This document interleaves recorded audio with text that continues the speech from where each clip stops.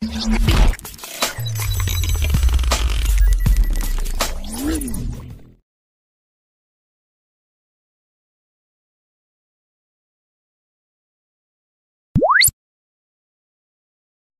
yang telah hadir dalam workshop kali ini. Dan terima kasih untuk Pak Abraham juga telah mengisi workshop kali ini. Mungkin nanti ketika workshop ini berlangsung, saya harap untuk teman-teman semua dapat mengambil ilmu yang telah diberikan kepada teman-teman di workshop kali ini. Sekian sambutan dari saya pribadi. Wassalamualaikum warahmatullahi wabarakatuh. Waalaikumsalam warahmatullahi wabarakatuh. Pada saudara Nagda Marsatoko, saya ucapkan terima kasih atas sambutannya. Acara selanjutnya, sambutan Kepala Prodi Teknik Elektro Universitas Muhammadiyah Surakarta pada Bapak Umar STMT, dipersilahkan. Assalamualaikum warahmatullahi wabarakatuh. Waalaikumsalam warahmatullahi wabarakatuh. Alhamdulillahirrahmanirrahim. Alhamdulillahirrahmanirrahim. Wassalatu wassalamu ala sayyidina Muhammadin wa ala alihi wa sahbihi. Yang saya hormati Bapak Abraham Perdana, Bapak Ibu dosen Teknik Elektro, dan yang saya sayangi keluarga mahasiswa Teknik Elektro. Malah pada kesempatan yang baik pada siang hari ini, kita panjatkan syukur kepada Allah SWT atas segala karunia, nikmat yang Allah berikan pada kita semua. Sehingga pada siang hari ini kita masih bisa berjumpa walaupun dalam online, ya, kita bisa belajar untuk menyiapkan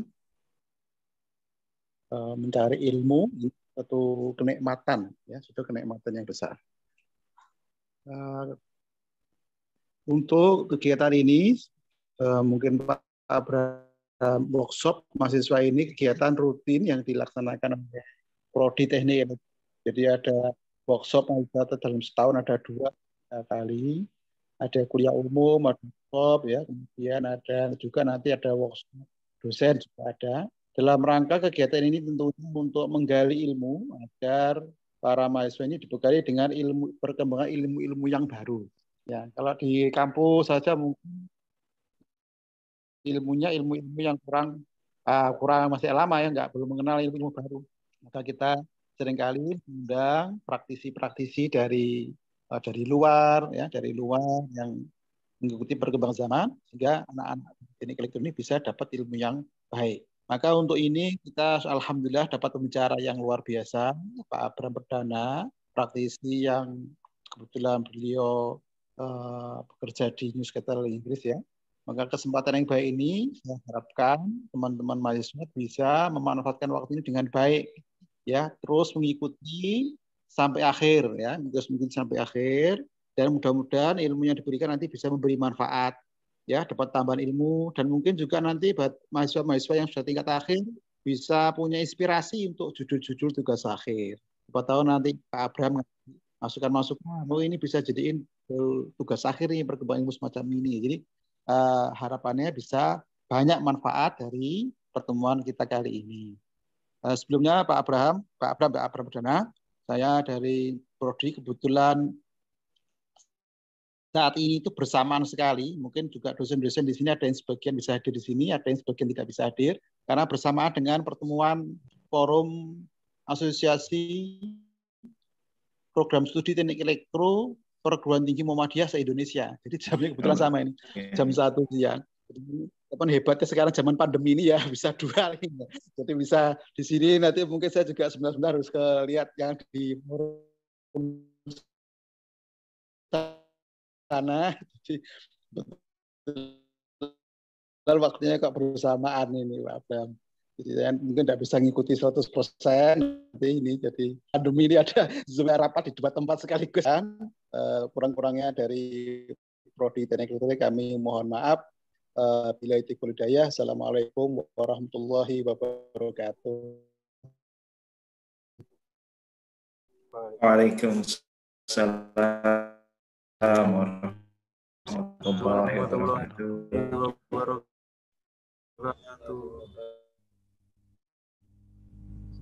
Terima kasih atas sambutan Kepala Program Studi Teknik Elektro, yaitu Bapak oleh IP.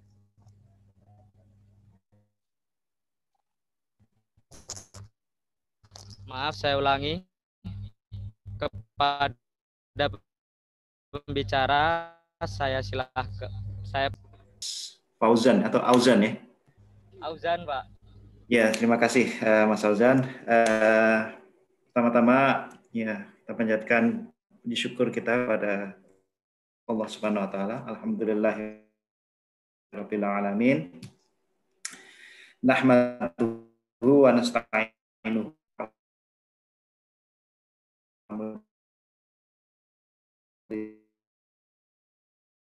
dunia batin, asyhadu alla ilaha illallah dah.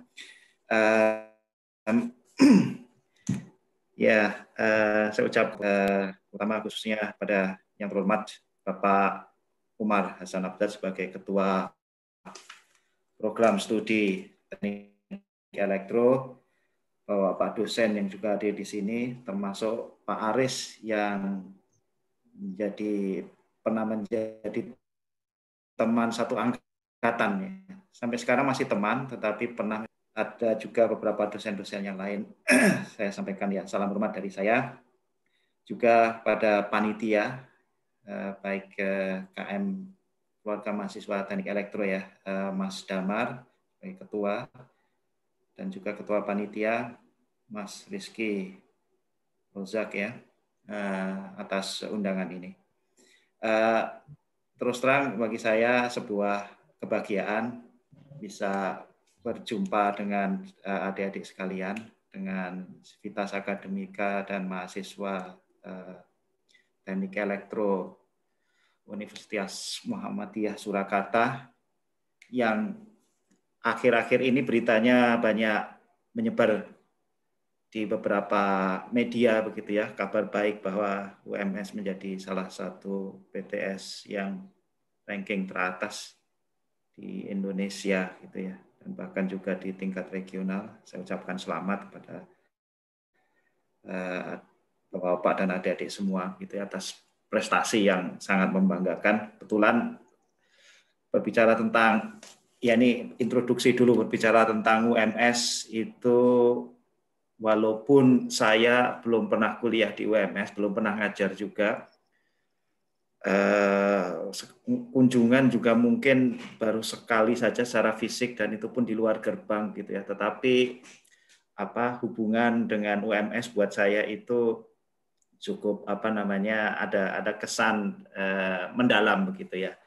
Ada banyak hal ya yang menyebabkan seperti itu. Pertama karena banyak teman-teman saya yang saya kenal, teman-teman dekat ya, saudara sudah saya anggap itu yang mengajar di UMS.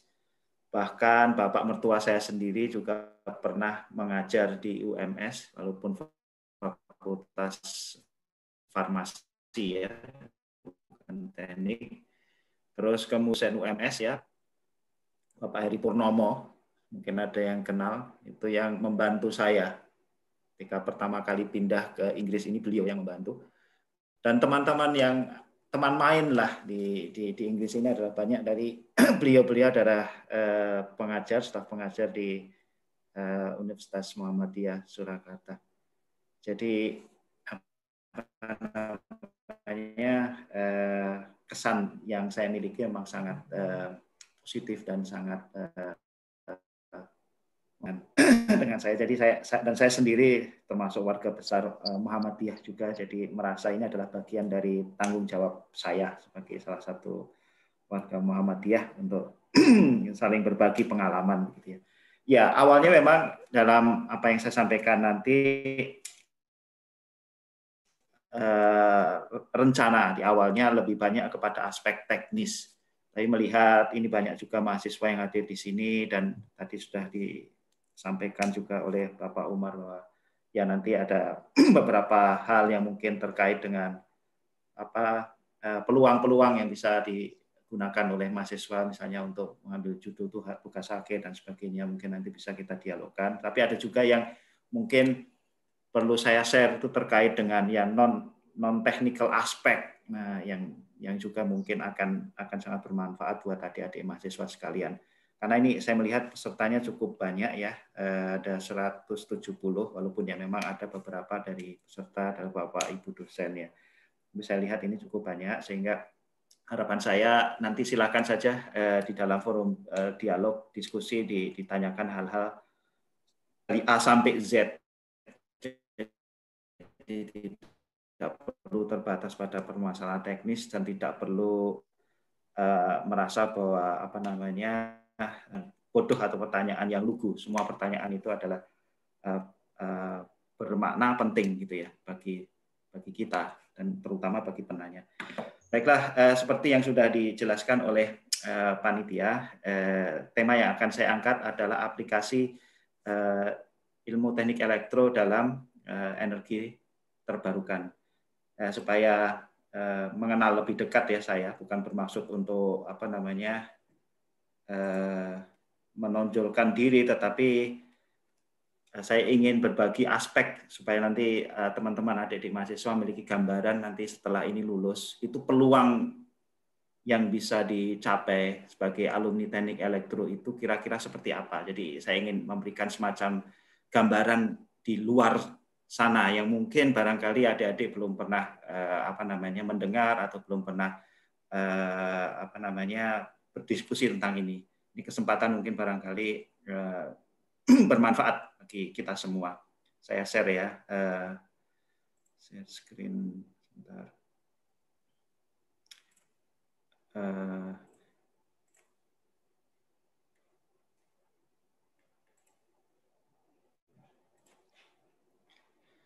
Bisa lihat ini ya, presentasi saya.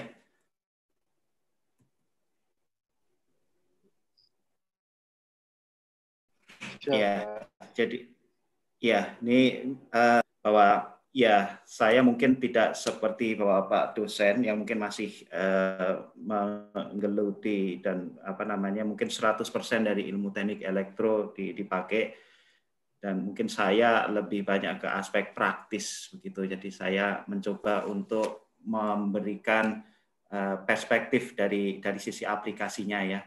Jadi apa yang sudah didapatkan bangku kuliah itu bagaimana aplikasinya nanti di lapangan. Mungkin bidang saya lebih di sana, sementara universitas dan para peneliti Bapak Ibu dosen lebih banyak pada aspek pengembangan ilmunya sendiri. Jadi ya secara umum memang dari sejak awal sampai sekarang sebagian besar karir saya lebih banyak terlibat dengan sistem daya atau power system ya, atau sistem tenaga listrik secara umum gitu. Dari sejak mengambil skripsi ya, saya mengambil skripsi itu tentang penempatan atau alokasi kapasitor yang optimum di jaringan distribusi.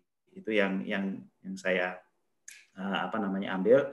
Di master, walaupun saya mengambil masternya itu lebih pada sustainable energy engineering, tidak terlalu elektro, tetapi tesis yang saya ambil terkait dengan double fed induction generator, aplikasinya untuk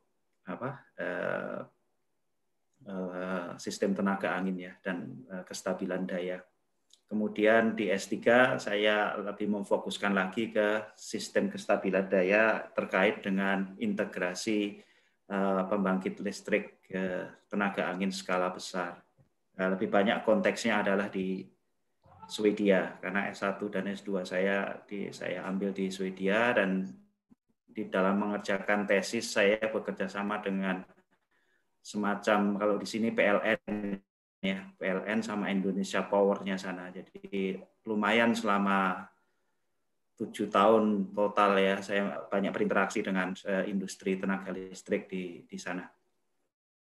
Kemudian selama di Inggris sendiri, selama 11 tahun saya bekerja di RES, ya, saya menangani proyek-proyek energi angin dan energi surya dan energy storage, ya, berbasis baterai di beberapa negara, ya, Amerika, Inggris, Swedia, Jerman, Turki, Australia, pernah juga di Chili, di Jepang juga pernah. Jadi cukup memberikan gambaran di berbagai negara. Terus kemudian di Inggris sendiri saya pernah menjadi tim di anggota kelompok kerja untuk asesmen harmonisa ya, gangguan harmonisa, yang itu merupakan gabungan dari beberapa perwakilan industri yang ada di Inggris yang memberikan masukan kepada regulator, atau dalam hal ini sebetulnya semacam PLN-nya gitu ya, Transmission System Operatornya, untuk membuat itu grid code atau semacam aturan regulasinya. Jadi ini proyek-proyek yang saya tangani itu ada di Amerika Utara, Amerika, seperti yang tadi dijelaskan, Skandinavia, Turki, dan beberapa negara di Eropa, Inggris, Irlandia, dan Perancis ya.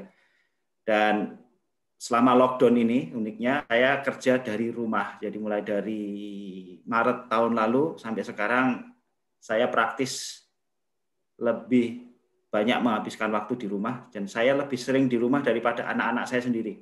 Kalau anak-anak masih sekolah, bisa bermain-main begitu, saya malah lebih banyak di rumah selama pandemi ini. Di samping juga Inggris beberapa kali mengalami lockdown ya, sehingga memang kita harus di rumah gitu.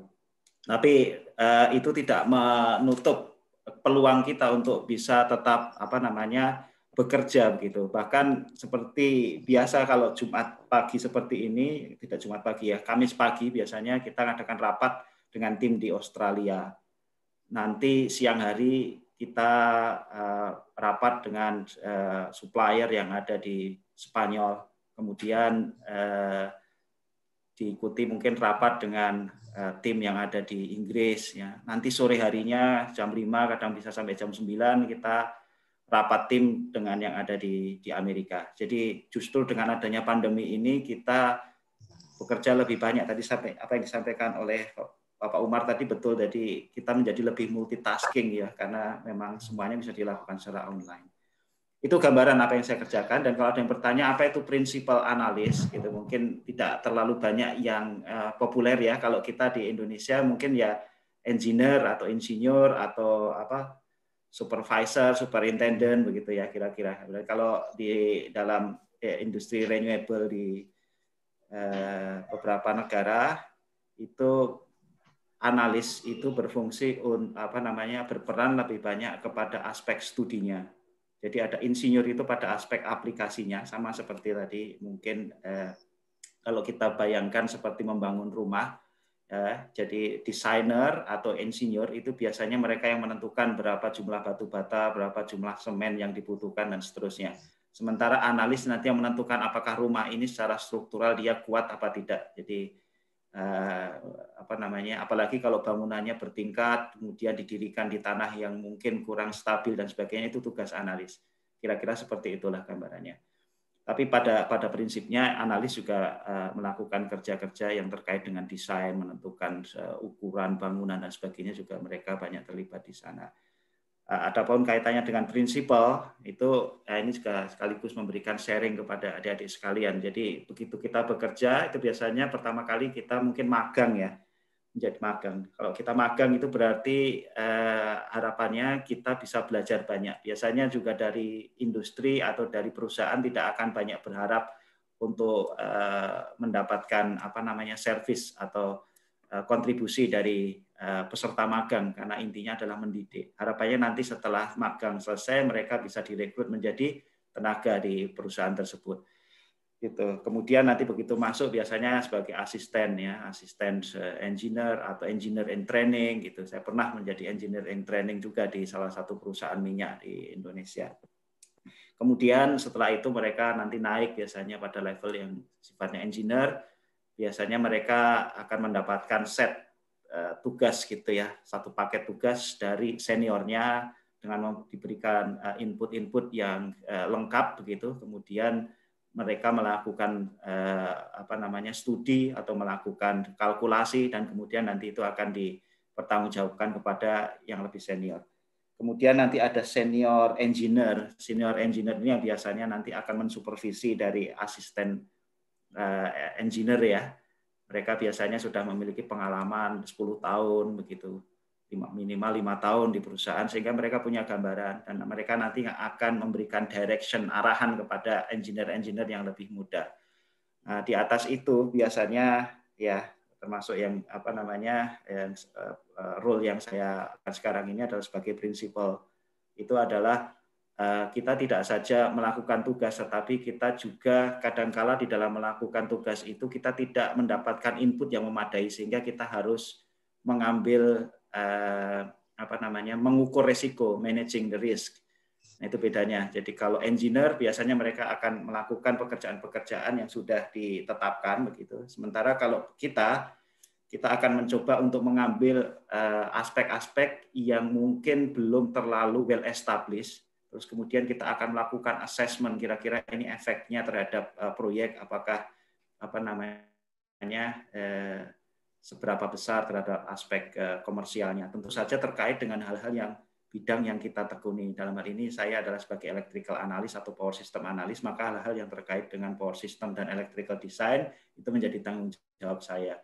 Dan aspek yang diperhatikan tidak hanya aspek teknis, tetapi juga aspek komersial. Jadi seberapa risiko, ya, karena kadang-kala ketika kita melakukan atau mengeksekusi proyek itu tidak semua informasi itu kita peroleh, sehingga kadang-kala kita harus berdasarkan pengalaman kita menggunakan pengetahuan yang kita miliki untuk memprediksi kira-kira kemungkinan risikonya seberapa besar.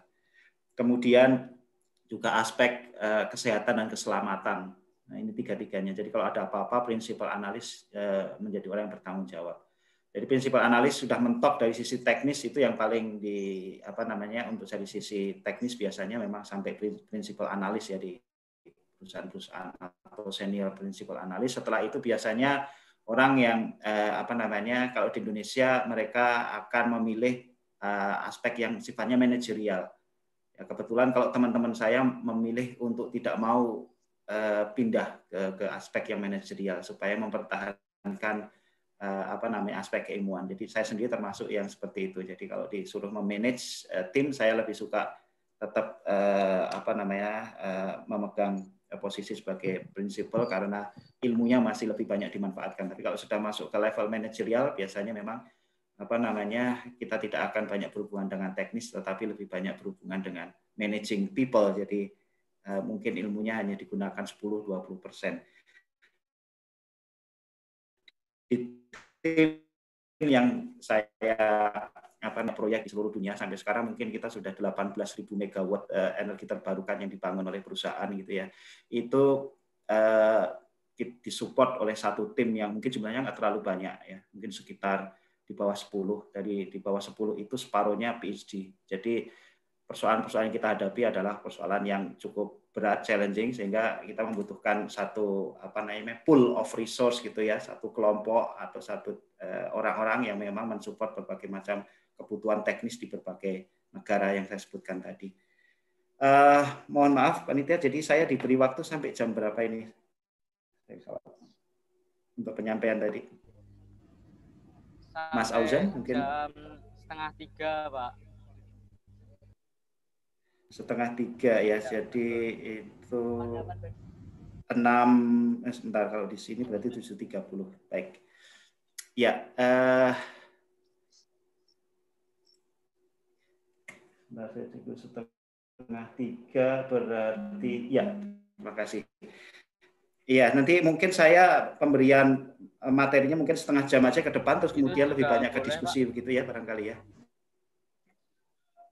Iya.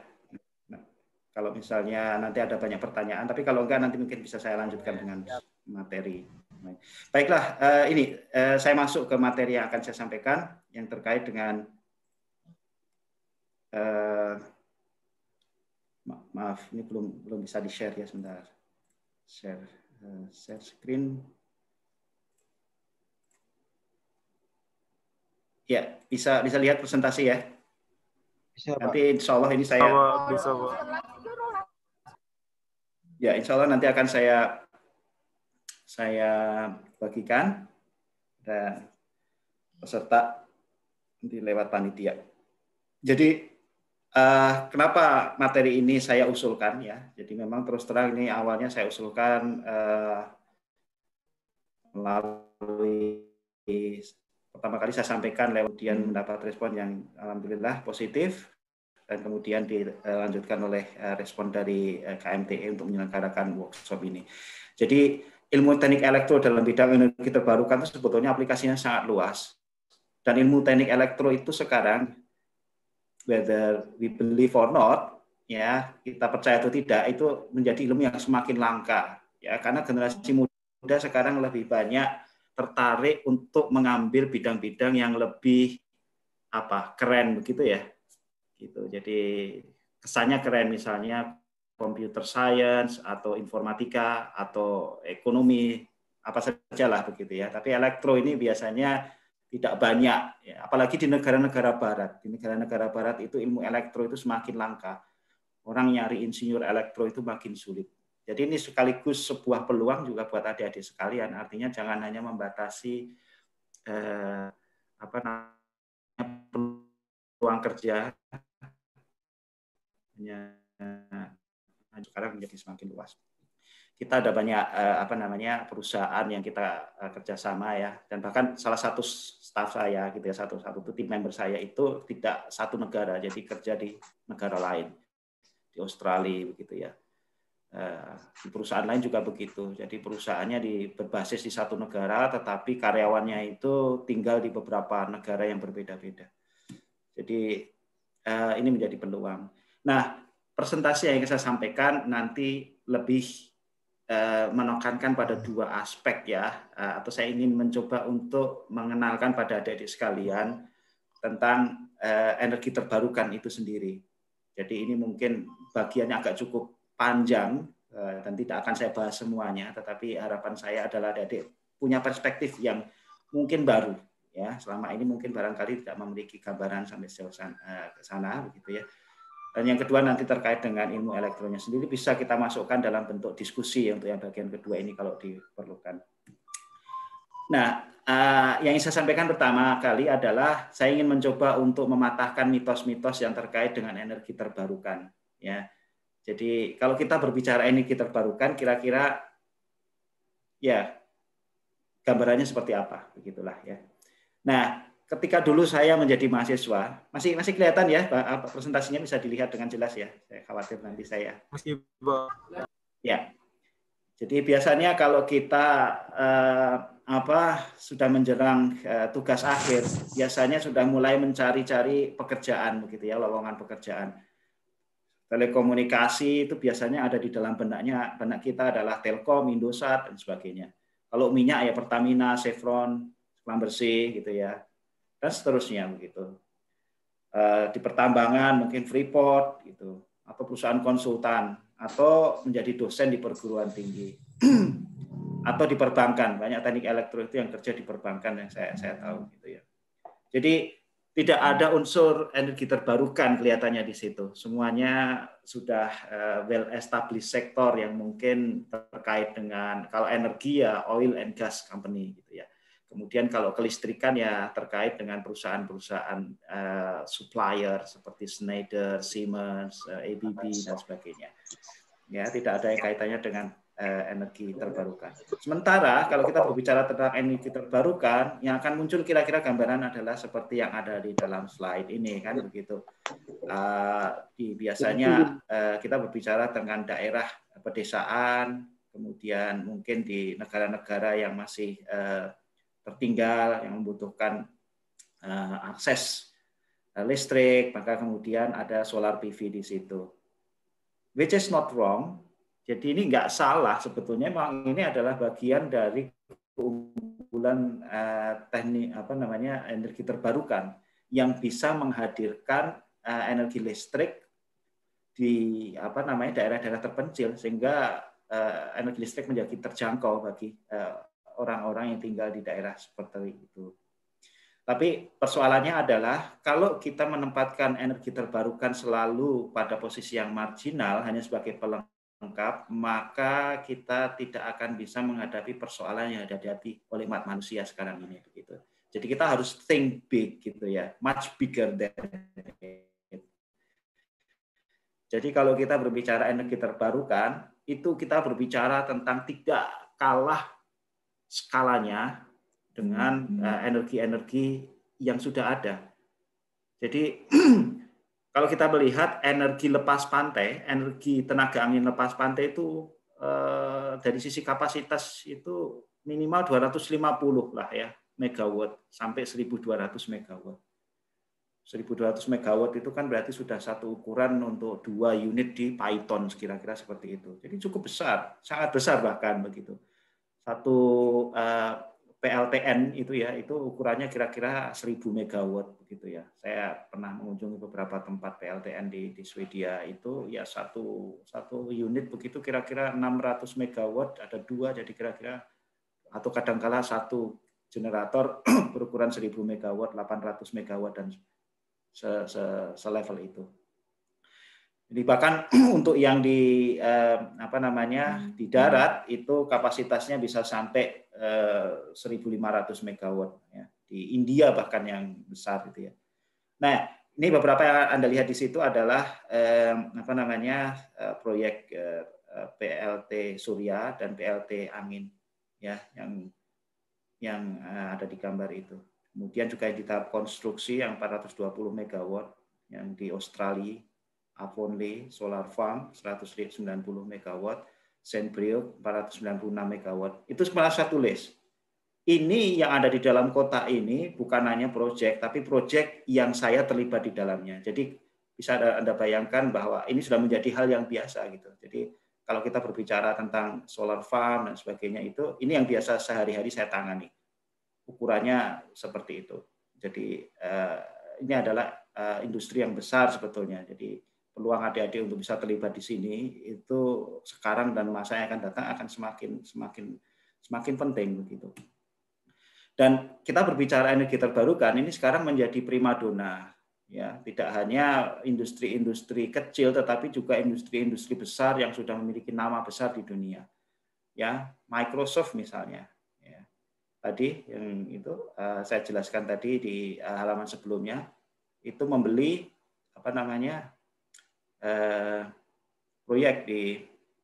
proyek angin. Jadi data center mereka itu disuplai 100% dari renewable energy. Ya, kebetulan renewable energy-nya itu yang bangun adalah saya terlibat di dalamnya. Jadi itu sekedar gambaran bahwa industri besar sekarang juga sudah mereka melirik. Tidak hanya melirik, bahkan mereka sekarang serius untuk menggarap energi terbarukan.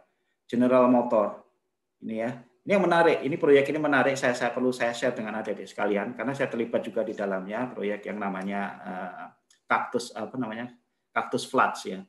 Cactus Flats itu lokasinya di tengah-tengah Texas. Texas itu sebagai sebuah negara bagian di Amerika yang paling kaya karena kenapa paling kaya? Karena dia menjadi sumber industri minyak dan gas bumi gitu ya.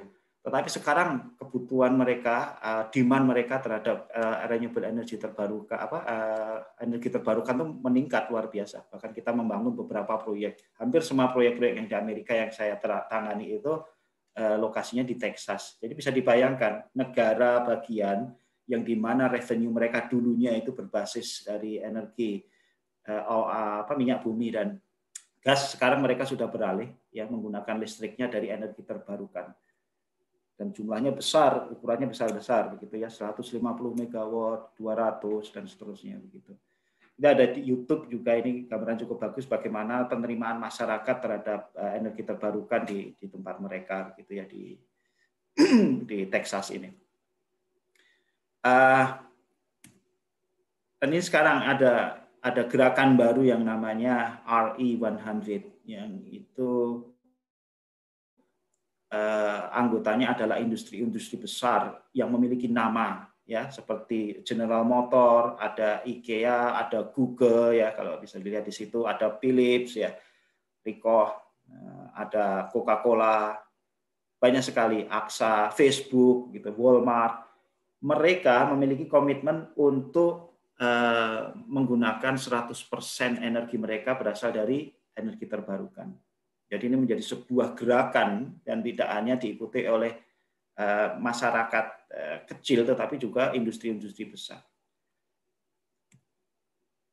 Dan anggapan bahwa energi terbarukan itu adalah miliknya negara maju saja karena dianggap mahal itu juga salah. Seperti kita lihat investasi-investasi energi terbarukan di dunia pada beberapa tahun terakhir itu justru didominasi oleh negara-negara yang negara berkembang, ya, terutama Cina dan India bisa dilihat di situ, yang pertumbuhannya sangat pesat ya, mulai dari tahun 2015 mereka investasi energi terbarukannya lebih besar daripada di negara-negara berkembang. Terus kemudian kalau ada anggapan bahwa teknologi energi terbarukan ini tidak keren, itu juga salah. Ini bukan teknologi kaleng-kaleng ya, ini teknologi yang sangat advance, yang itu menjadi masa depan bagi industri dunia begitu ya. Siemens sekarang sudah invest lebih banyak di bidang renewable energy. Tesla juga ingin mengembangkan clean energy. Arahnya memang semuanya ke sana sekarang. Dan kita lihat proyeksi pertumbuhannya juga luar biasa pesat sekali ya. Bahkan di Inggris seperti kita lihat beberapa hari dalam 1 tahun gitu ya, itu renewable energy begitu besar sehingga bahkan pembangkit batu bara ini tidak beroperasi. Ya, jadi beberapa hari itu energi terbarukan itu menjadi supply utama dari demand di Inggris gitu ya. Sampai kemudian coal power plant itu harus dihentikan untuk beroperasi begitu karena saking banyaknya energi terbarukan yang masuk ke dalam sistem. Dan kalau ada yang mengatakan energi terbarukan itu adalah barang yang mahal, itu cerita lama. Kita mungkin melihatnya 10-20 tahun yang lampau. Kalau kita lihat harga energi terbarukan itu menurun dengan drastis, terutama kalau kita lihat ya yang di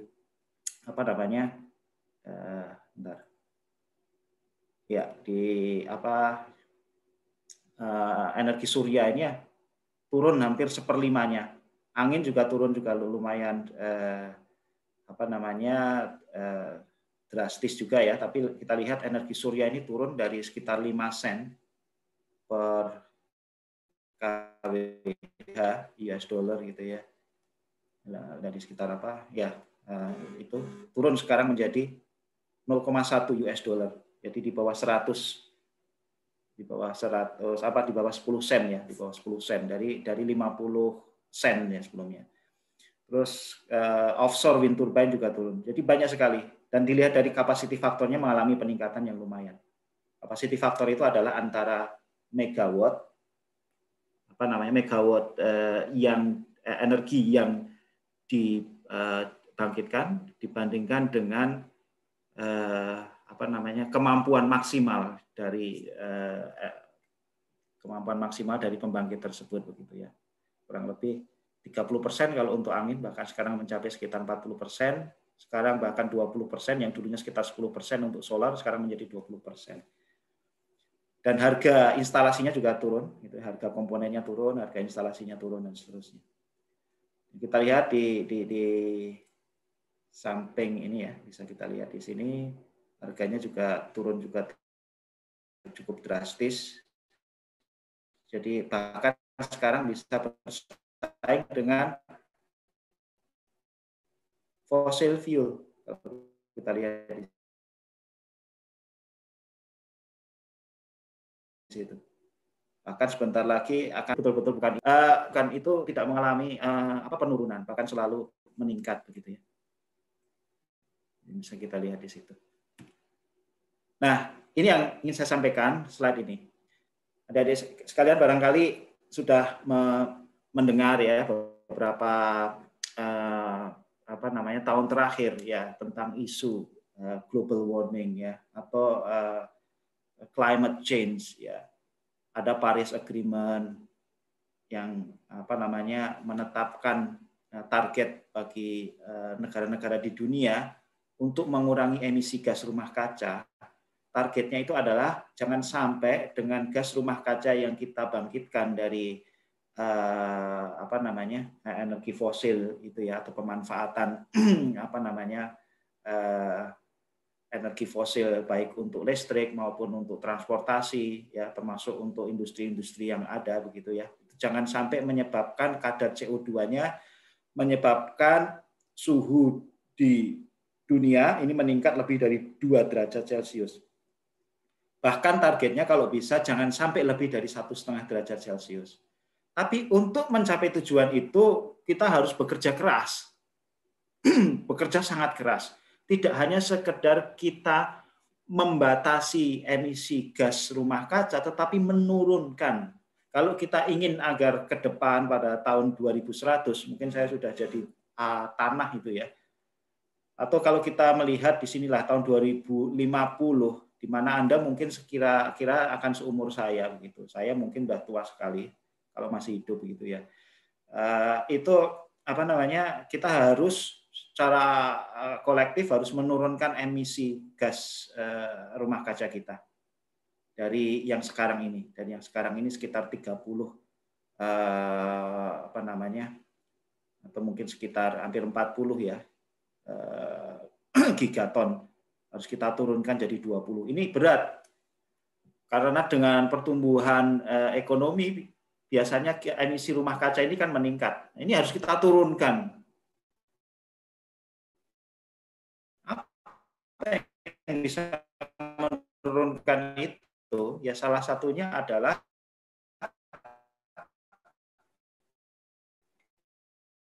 hampir 3 ton setiap tahun. Mulai ke depan harus mulai diturunkan ini. Tapi untuk menurunkan ini pakai apa? Ada banyak cara. Menggunakan energi efisiensi, ya. Kemudian ada juga bisa menggunakan selain energi efisiensi, mungkin juga bisa menggunakan apa namanya, mengubah power plant atau pembangkit yang berbasis energi fosil diubah menjadi renewable energy. Dan seperti kita lihat di dalam ini di dalam bagian ini, electricity dari yang sekarang share-nya atau porsi dari renewable energy yang hanya 1/4, ya kalau kita berbicara tentang pembangkit listrik itu hanya 1/4-nya seluruh dunia sekarang ini berasal dari energi terbarukan. Ke depan nanti harus separuh lebih, ya, bahkan bukan hanya separuh, 90% dari energi listrik itu harus berasal dari energi terbarukan. Ya, kita bicara nuklir, sedikit nuklir itu. Natural gas mungkin masih ada.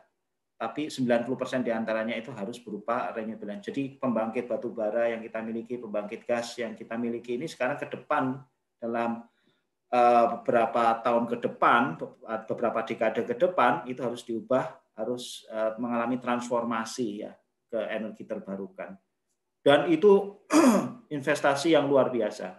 Dihitung-hitung ya, butuhnya berapa? 131 triliun yang kita butuhkan. Memang itu sampai 2050, tapi itu tetap masih besar itu.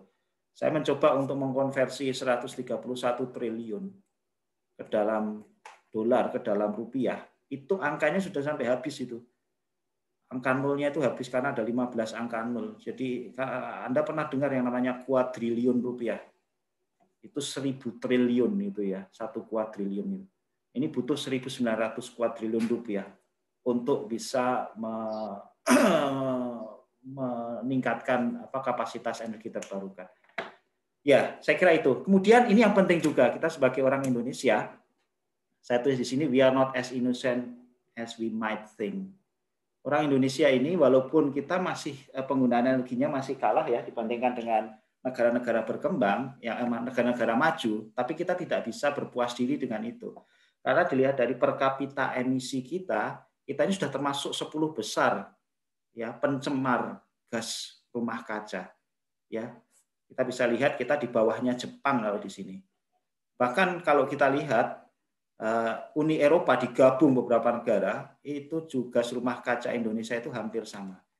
Loh, tapi kan kita menggunakan energinya lebih sedikit, betul, kita lebih sedikit, tetapi gas rumah kaca yang kita bangkitkan dari penebangan hutan, mengubah hutan dari lahan gambut menjadi tanaman monokultur dan sebagainya, itu ternyata menimbulkan kontribusi terhadap gas rumah kaca yang sangat besar. Jadi itu mungkin 50% lebih di antara emisi negara kita itu berasal dari alih guna lahan begitu.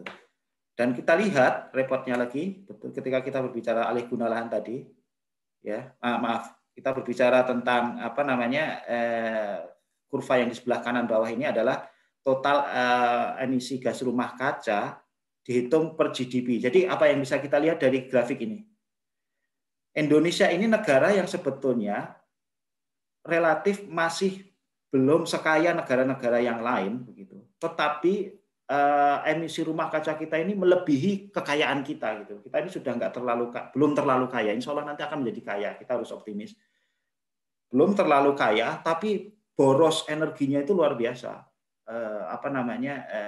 Kontribusi kita terhadap pencemaran itu lebih daripada orang-orang yang kekayaannya mungkin sama dengan kita. Ya. Jadi kita mengalahkan negara-negara yang mungkin bahkan lebih kaya begitu dari sisi emisi rumah kaca kita. Jadi ini kita perlu prihatin di sini. Terus kemudian dari sisi prestasi renewable energy kita juga masih kalah ya dibandingkan dengan negara lain. Indonesia itu tahun 2009 itu sekitar 14% dari energi listrik kita itu disuplai dari renewable energy. 10 tahun kemudian malah menurun gitu. Sementara negara-negara yang lain itu naik. Cina inilah naik. Dunia bahkan yang dulunya 20% sekarang sudah di atas 25%. Jadi kita ini dibandingkan dengan teman-teman kita sesama negara yang lain, bahkan negara tetangga kita jauh ya. Australia itu dulunya industri renewable energy-nya di bawah kita dari sisi komposisinya terhadap kontribusinya dalam energi mix di ini ya di ketenaga listrikan. Tapi sekarang mereka sudah di atas kita. Nah, ini menjadi pemacu bagi kita, bagi adik-adik sekalian bahwa pengembangan energi terbarukan di Indonesia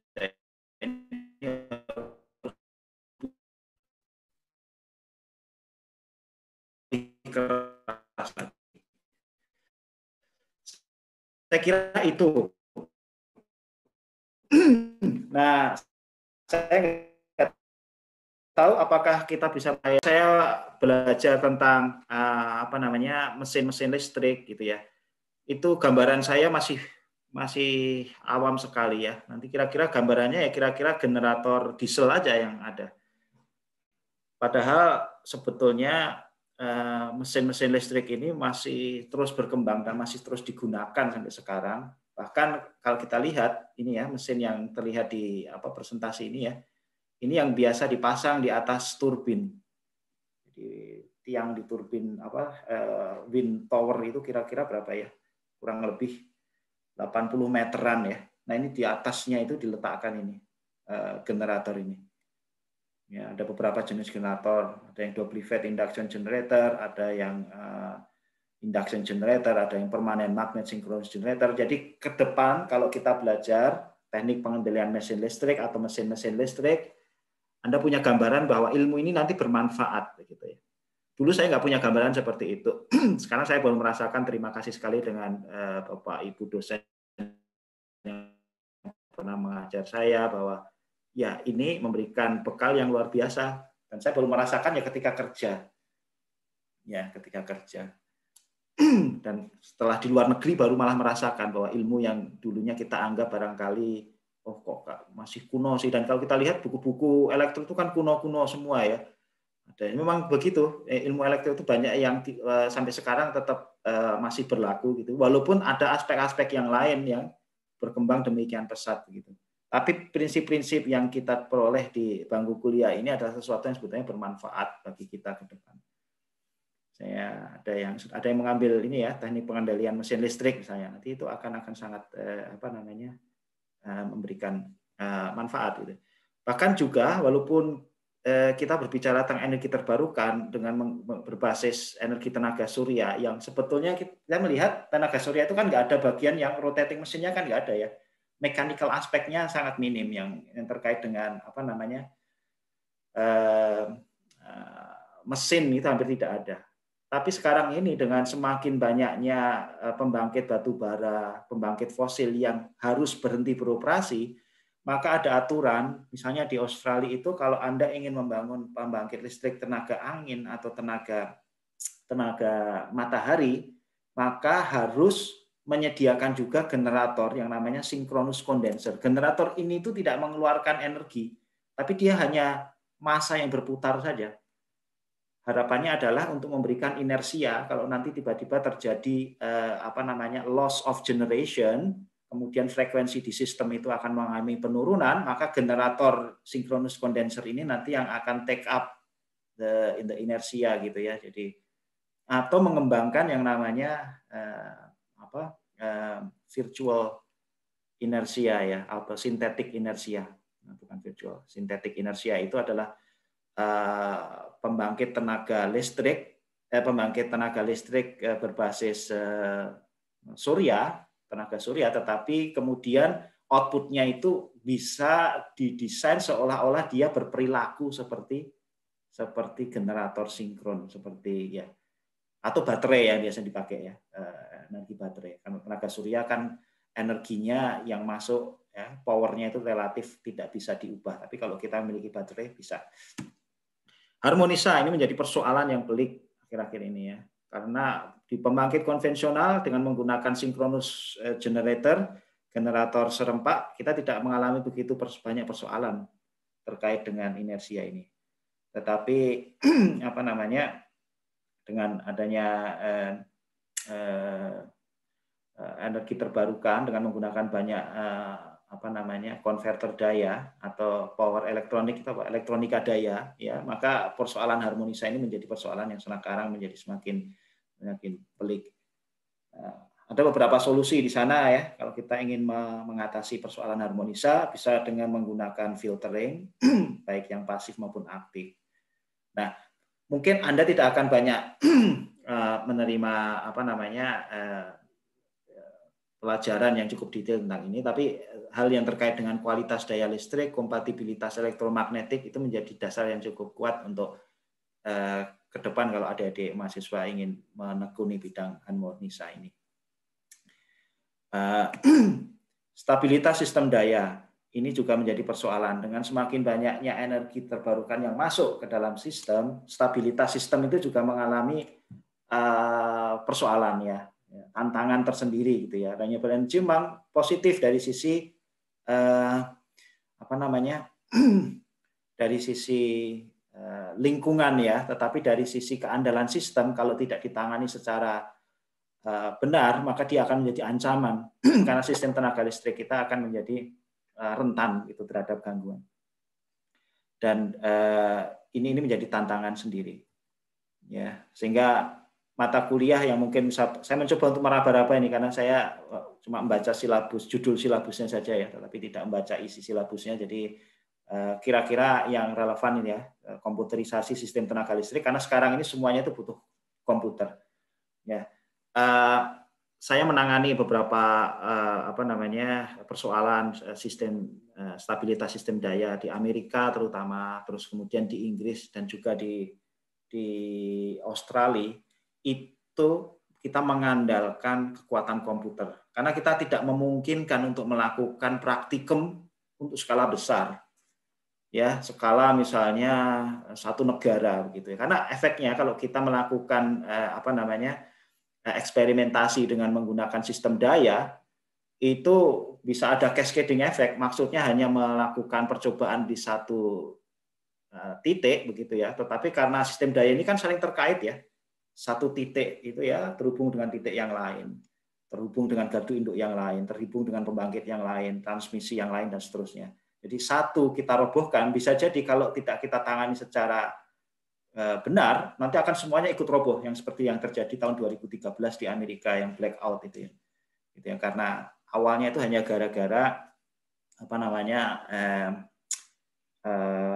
saluran transmisi yang mengalami pada saat itu musim panas sehingga tidak banyak angin dan konsumsi untuk menggunakan air conditioner kan tinggi ya, sehingga konduktor konduktor transmisinya menjadi panas. Karena panas kan dia akan sagging gitu ya, melengkung gitu ya. Dan kemudian karena melengkung dia kemudian ada gangguan menyentuh gangguan ke tanah begitu ya. Ya, short circuit gitu ya. Sehingga akibatnya saluran transmisi itu kemudian kan harus diputus ya, harus di out of service begitu ya. Tapi efeknya apa? karena bebannya banyak sehingga dia akhirnya arus dayanya ini mengalir ke sistem transmisi yang lain begitu ya, ke jalur transmisi yang lain, dan akhirnya karena tidak ditangani dengan bagus kemudian terjadi collapse ya, karena apa namanya voltage tegangannya menjadi turun, drop, dan akhirnya seluruh waktu itu berapa juta orang yang terkena dampaknya. Di Swedia juga pernah, Australia beberapa tahun yang lalu juga pernah mengalami persoalan serupa. Jadi sistem stabilitas daya menjadi semakin penting dengan makin banyak masuknya energi terbarukan. Sistem proteksi selalu penting dan akan selalu penting, karena dengan sistem proteksi yang bagus kita bisa menyetop. Ibaratnya kalau kita sakit, ya tangan kita sakit, itu sakitnya dengan sistem proteksi itu kita bisa menyetop agar penyakitnya tidak sampai menyebar ke seluruh tubuh dan bahkan bisa menyembuhkan sumber penyakit itu. Proteksi menjadi sangat penting. Teknik kendali juga penting ya. Kita belajar tentang small signal stability. Ya. Jadi bagaimana kalau sebuah sistem itu yang kompleks ya. Jadi sistem daya ini kan salah satu sistem yang kompleks ya. Komponennya itu jutaan gitu. Dan kontrol yang satu dengan kontrol yang lain itu bisa saling mempengaruhi, dan kalau tidak diatur dengan bagus, tidak dikendalikan ya, dumping sistemnya tidak kemudian cuma osilasi ini akan menyebabkan ketidakstabilan, karena ketidakstabilan kemudian akan menyebabkan kolaps gitu ya. Nah, jadi sistem teknik kendali elektronik dan listrik, sistem lanjut ini jadi relevan kalau kita mau belajar ke arah sana gitu ya. Ini sekarang yang jadi banyak permasalahan juga. Kita ada beberapa kasus yang kita lihat, yang kita temui di Amerika dan Australia itu ya, ada banyak hal yang terkait dengan ini. Elektronika daya, yang sekarang semuanya berbasis elektronika daya ya, inverter atau power converter. Jadi kalau kita lihat di sini angin, ya, tenaga angin ini kalau dulu kan dihubungkan dengan mesin induksi ya, jadi langsung berhubungan dengan grid. Sekarang kebanyakan dia menggunakan interface. Jadi AC ini kan arus bolak-balik disearahkan dulu menjadi arus searah, terus kemudian dihubungkan menjadi arus dengan PLN dengan arus, dari arus searah menjadi arus bolak-balik.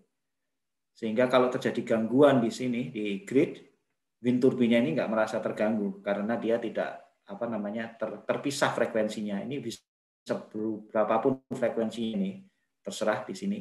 Di sini bisa frekuensinya tetap terjaga 50 Hz. Atau kalau di Amerika 60 Hz. Sama dengan solar panel juga begitu prinsipnya. Jadi ini kan pembangkitannya dalam bentuk energi arus searah ya. Kadang-kala arus arahnya ini di booster supaya bisa menghasilkan tegangan yang lebih tinggi, dan kemudian dibalik lagi menjadi arus bolak-balik. Itu prinsipnya dan banyak dipakai di aplikasi energi terbarukan. Kemudian proteksi tegangan tinggi kita berhubungan dengan petir gitu ya, karena dengan semakin banyaknya energi terbarukan, kalau kita punya wind turbines itu kan biasanya di lokasinya adalah di tempat yang sangat terpencil, di puncak gunung atau di lembah atau di tepi pantai begitu, di mana petir itu dengan mudah akan menyambar gitu ya, tidak hanya menyambar turbinnya saja tetapi juga saluran transmisinya. Kalau biasanya kita membangun PLTU misalnya ya, PLTU biasanya kan konsentrasikan di satu titik begitu ya, di dekat pelabuhan misalnya. Kemudian substationnya juga di situ, gardu induknya juga di situ. Biasanya kemudian sudah ada sistem penangkal petirnya yang bagus kan begitu. Satu titik itu saja. Tapi kalau wind turbine jumlahnya ratusan ya, lokasinya kan di tempat yang berbeda-beda. Ada yang dihubungkan dengan kabel, ada yang dihubungkan dengan saluran udara, ya, tegangan tinggi. Jadi menambah kemungkinan terjadinya gangguan itu juga besar. Nah, ini kita perlu memperhatikan aspek proteksi tegangan tinggi. Jadi teknik tegangan tinggi, keandalan sistem tenaga listrik itu menjadi hal yang, sistem pentanahan itu juga menjadi sangat relevan untuk kita pelajari. Berikutnya, ya ini kita berbicara tentang arus transformator inrush current ya. Jadi kalau kita pertama kali mengenergize atau transformer ini kita hubungkan dengan sistem daya, maka dia akan menyerap arus induktif ya, yang disebut inrush current untuk membangun magnet di transformer itu, atau magnetizing current ya, istilahnya seperti itu. Nah, ini bisa mengganggu tegangan karena arus yang demikian besar ini akan menimbulkan kerdip ya, tegangannya akan drop. Nah, persoalan yang dihadapi adalah kalau kita punya 100 wind turbine, ya, tegangan, dan biasanya wind turbine ini dihubungkan dengan transformer kecil ya, tegangan rendah ke tegangan menengah gitu. Kalau transformer ini adalah dihubungkan dan dihubungkan berkali-kali misalnya, atau ketika mau pertama kali start misalnya, semua wind turbine ini transformernya di energize gitu, dihubungkan dengan sistem, maka yang terjadi adalah arus dari sistem daya atau arus dari PLN ini menjadi sangat besar yang diserap oleh transformer tadi, sehingga kemudian akan terjadi drop tegangan seperti kita lihat nih. Arusnya tinggi, akibatnya tegangannya turun. Nah, tegangan turun ini kalau terjadi berkali-kali, yang akan kita lihat adalah kalau kita di rumah ada, ini mungkin sudah pernah mendengar yang istilahnya kedip tegangan ya, atau flicker ya. Jadi lampu kita itu seolah-olah berkedip. Itu yang paling sederhana. Tapi repotnya kalau dalam industri yang memiliki sensitivitas yang tinggi, kedip tegangan ini bisa mengganggu produksi ini. Ibaratnya kalau kita membuat satu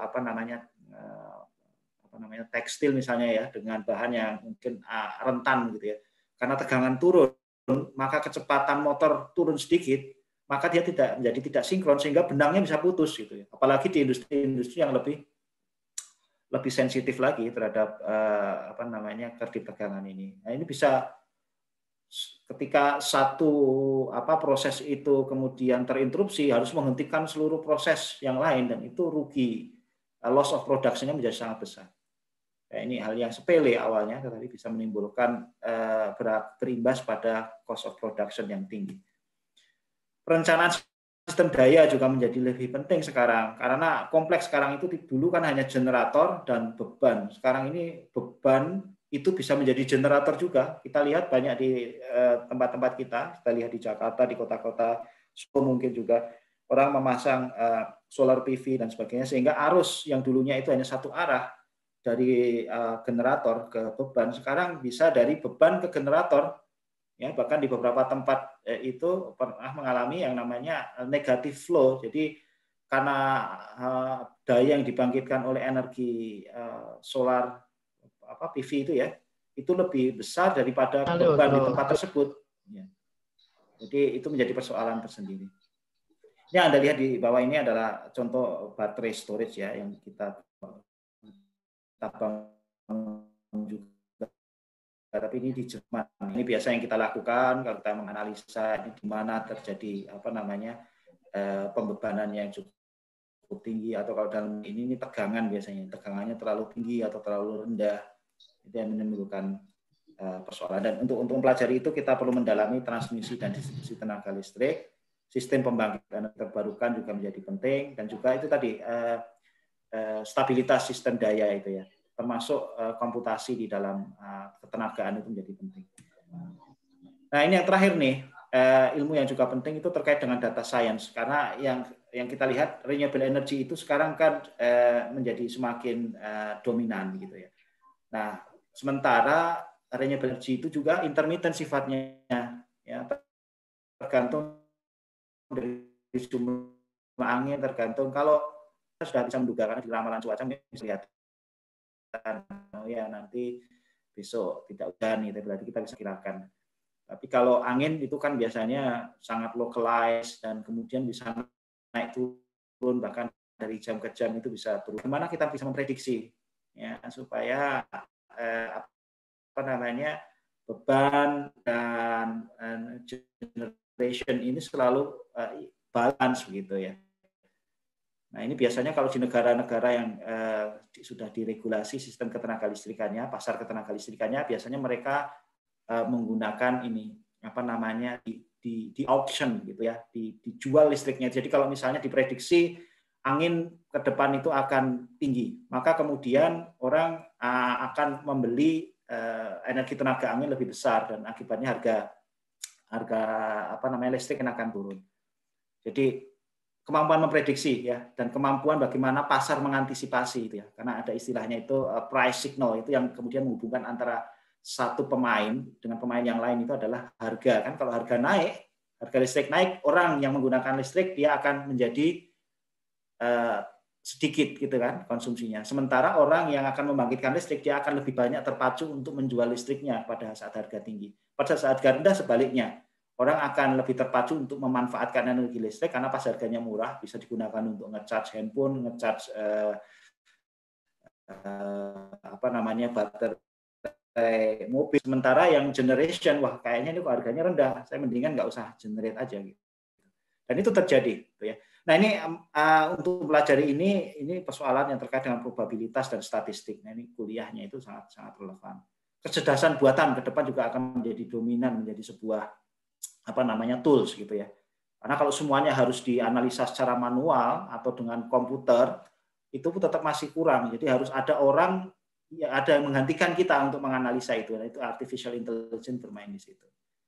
Dan kita berbicara artificial intelligence ini menarik. Ini dulu renewable energy nggak kepikiran bahwa akan ada perkawinan antara renewable energy dengan artificial intelligence. Tapi sekarang ini sudah terjadi.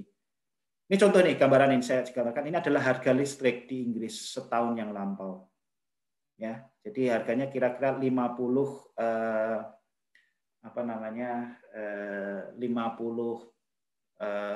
pounds per megawatt hour. Ya. Ini harga di sini sekitar 40 ya. Ini lockdown ya, mulai turun nih konsumsi listrik. Pada saat energi angin itu begitu banyak, harga listriknya bahkan negatif. Jadi orang membangkitkan listrik itu nggak bisa jual. Bahkan kalau kamu membangkitkan listrik, kamu harus bayar. Jadi ini sampai ada harga negatif price ya. Terus kemudian lockdown-nya sudah berhenti, naik harga listriknya, naik ya, sekitar 50. Kemudian Brexit, menjelang Brexit orang bingung. Kebetulan ada waktu itu musim dinginnya, tahun lalu musim dinginnya cukup dingin juga, sehingga lebih dingin. Orang kemudian berspekulasi, wah ini jangan-jangan nanti kemudian ada penghentian import listrik dari Uni Eropa dan seterusnya, harga listrik naik tinggi.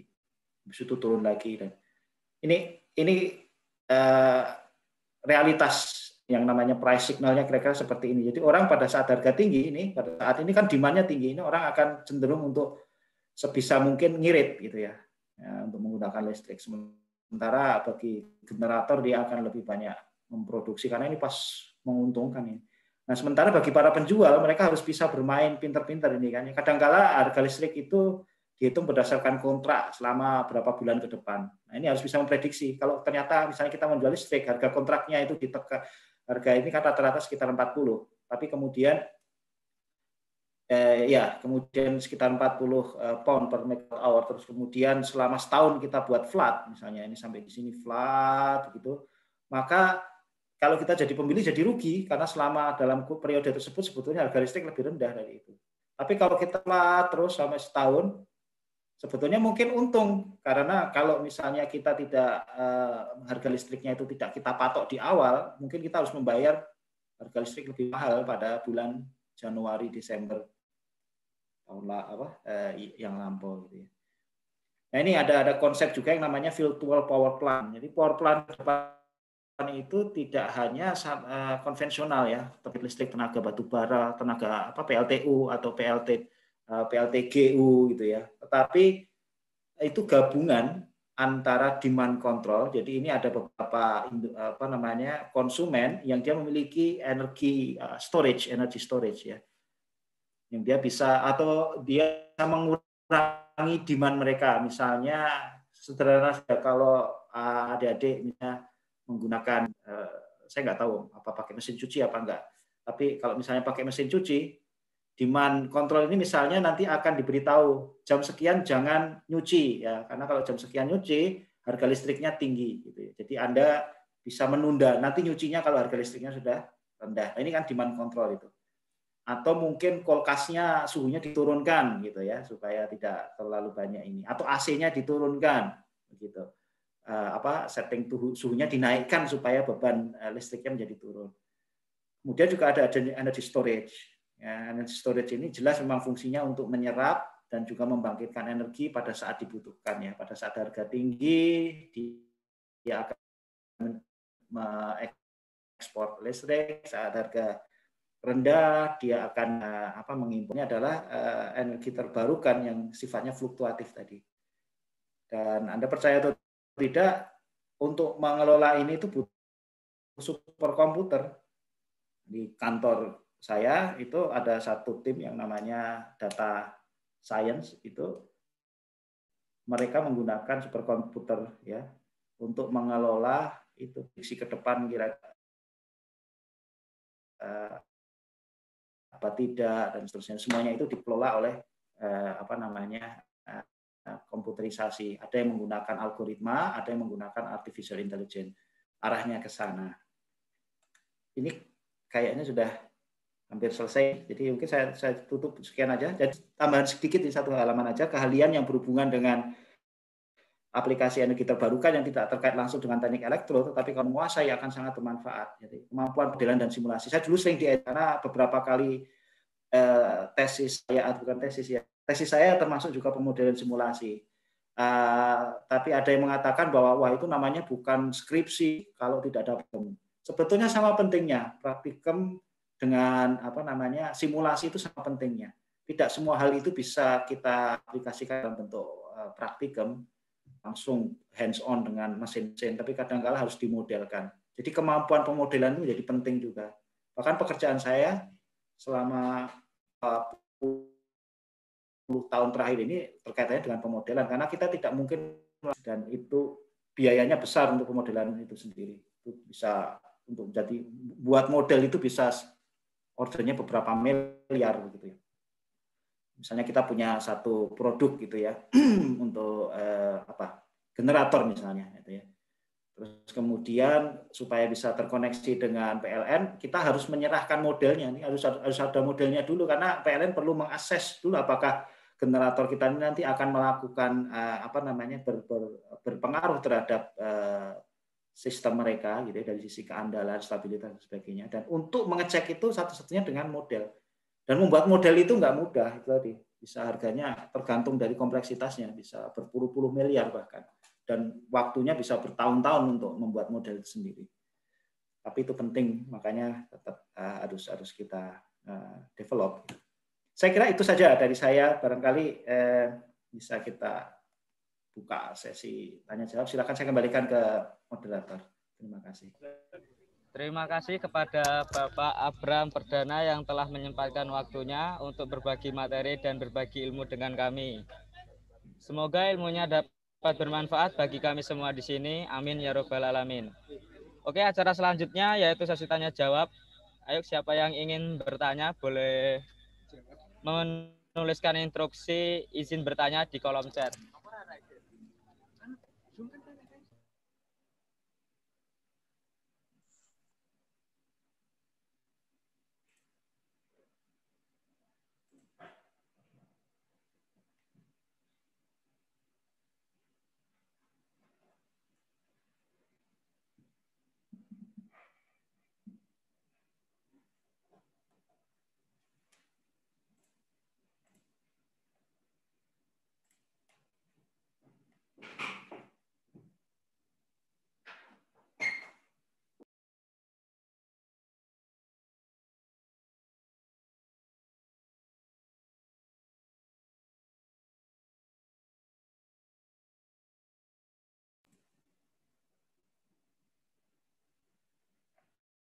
Mungkin dari teman-teman ada yang ingin ditanyakan, gak usah malu-malu, gak usah sungkan-sungkan. Bisa ditanyakan jika kurang paham.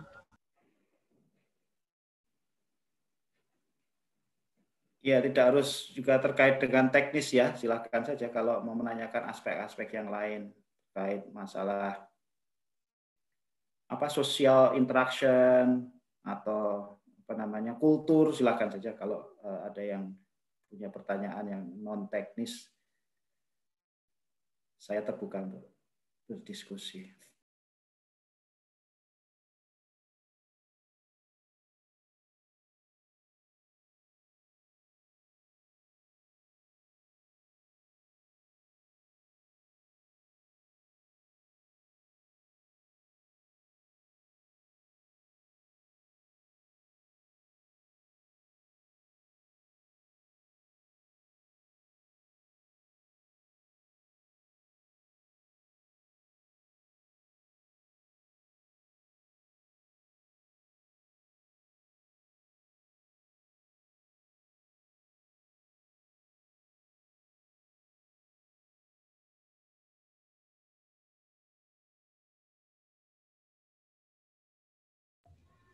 Silahkan open mic.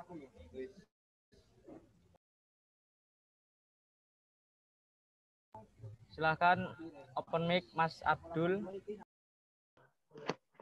Oke, baik. Terima kasih. Assalamualaikum warahmatullahi wabarakatuh. Waalaikumsalam warahmatullahi wabarakatuh. Ya, saya ucapkan terima kasih kepada penyelenggara KMTE dan juga Pak Abraham yang telah bersedia ya untuk sharing berbagi kepada kami mahasiswa Teknik Elektro UMS ini. Ya, sangat menarik sekali ketika mendengarkan Pak Abraham ini yang berkecimpung di dunia ET lebih dari 1 dekade. Pengalamannya udah cukup banyak. Tadi sempat dibahas tentang apa I100 ya, tentang gerakan kumpulan dari perusahaan ternama top global yang berkomitmen menggunakan 100% energi terbarukan dan juga Paris Agreement. Tentunya ini dari pihak sektor negara-negara dan juga swasta sudah sangat berkomitmen sekali ya tentang ini, hal energi terbarukan. Sangat terbuka lebar tentunya buat kami mahasiswa Teknik Elektro. Yang saya tanyakan gini Pak, bagaimana kami mahasiswa Teknik Elektro ini untuk mengawali karir di bidang ET ini? Terima kasih. Cukup sekian. Assalamualaikum warahmatullahi wabarakatuh. Ya, Assalamualaikum warahmatullahi wabarakatuh. Ya, pertanyaan nggak mudah dijawab ya. Jadi maksudnya begini, saya katakan tidak mudah dijawab adalah karena bisa dikatakan gampang-gampang susah. Karena apa? Kalau mungkin ya adik-adik ini hidup dengan latar belakang pendidikan ya, dengan latar belakang pendidikan teknik elektro yang dimiliki, dan Anda hidup di negara misalnya Australia atau di Eropa, di Amerika, negara-negara barat lah, termasuk di Cina juga ya, India. Mungkin demand dan jumlah kebutuhan industri terbarukan untuk merekrut engineer ya baru itu sangat besar gitu ya. Jadi sulit kita beberapa kali itu nyari power system analis ya. Memang syaratnya kalau power system analis ya itu kita harapannya harus PhD begitu ya. Itu sulit gitu ya, karena memang jumlahnya nggak terlalu banyak di dunia sekalipun gitu ya.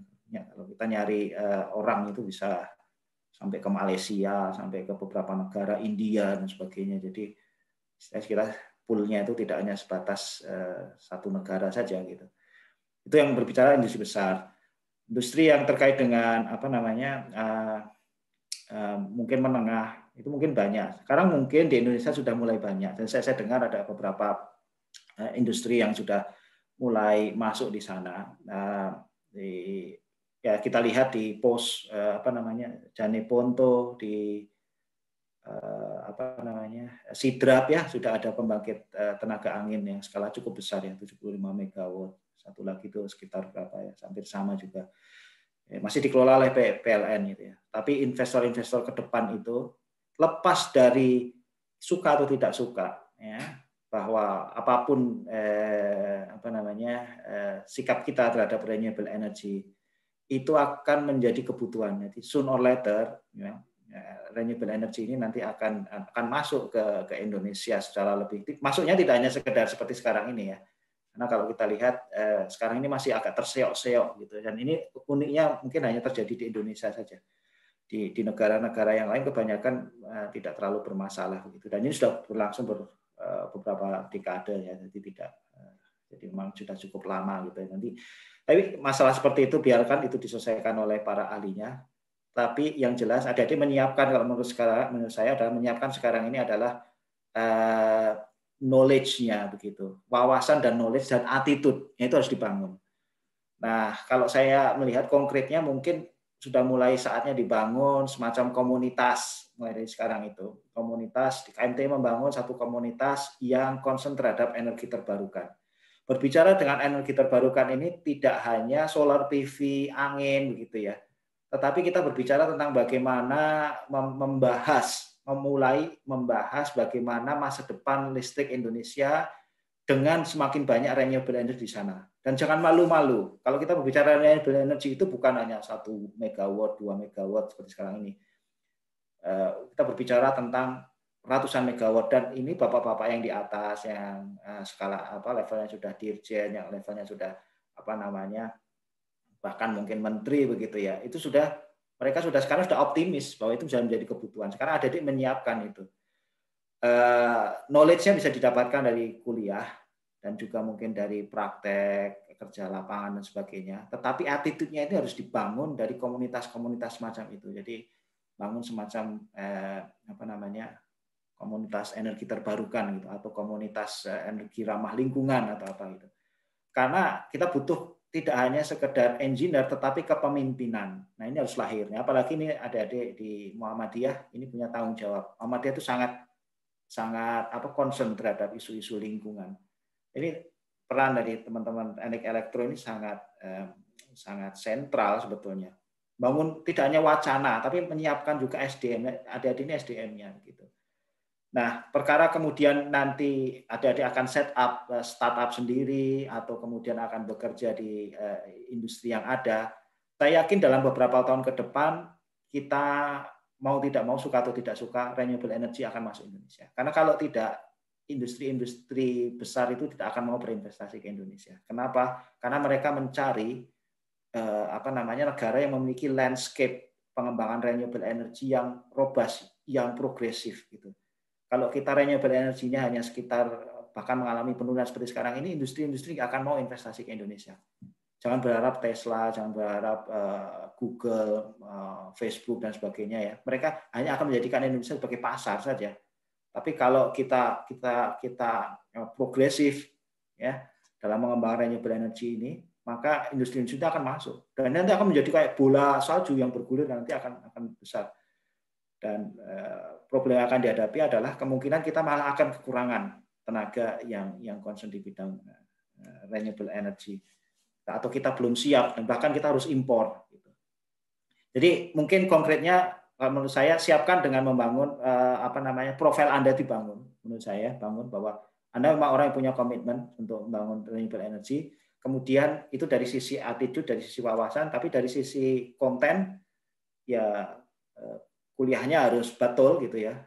Nilai akademisnya juga harus cemerlang gitu supaya Anda aspek teknisnya menguasai, tapi aspek kepemimpinan, aspek non teknisnya, soft skill-nya juga mendukung. Gitu.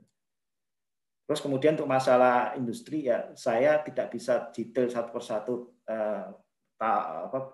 memahami persis ya industri di renewable energy di Indonesia, tetapi tren globalnya seperti itu, dan kita sekarang sudah globalisasi, sudah bertahun-tahun kita masuki era itu, sehingga apa yang kita rasakan di sini dan sebentar lagi akan dirasakan di Indonesia. Jadi itu tips secara umumnya ya. Jadi kalau menurut saya seperti itu, dan mungkin juga lebih banyak mengencourage student untuk mahasiswa untuk banyak yang menekuni ketenaga listrikan arus kuat gitu, yang mungkin dulu tidak terlalu banyak, tidak terlalu populer gitu.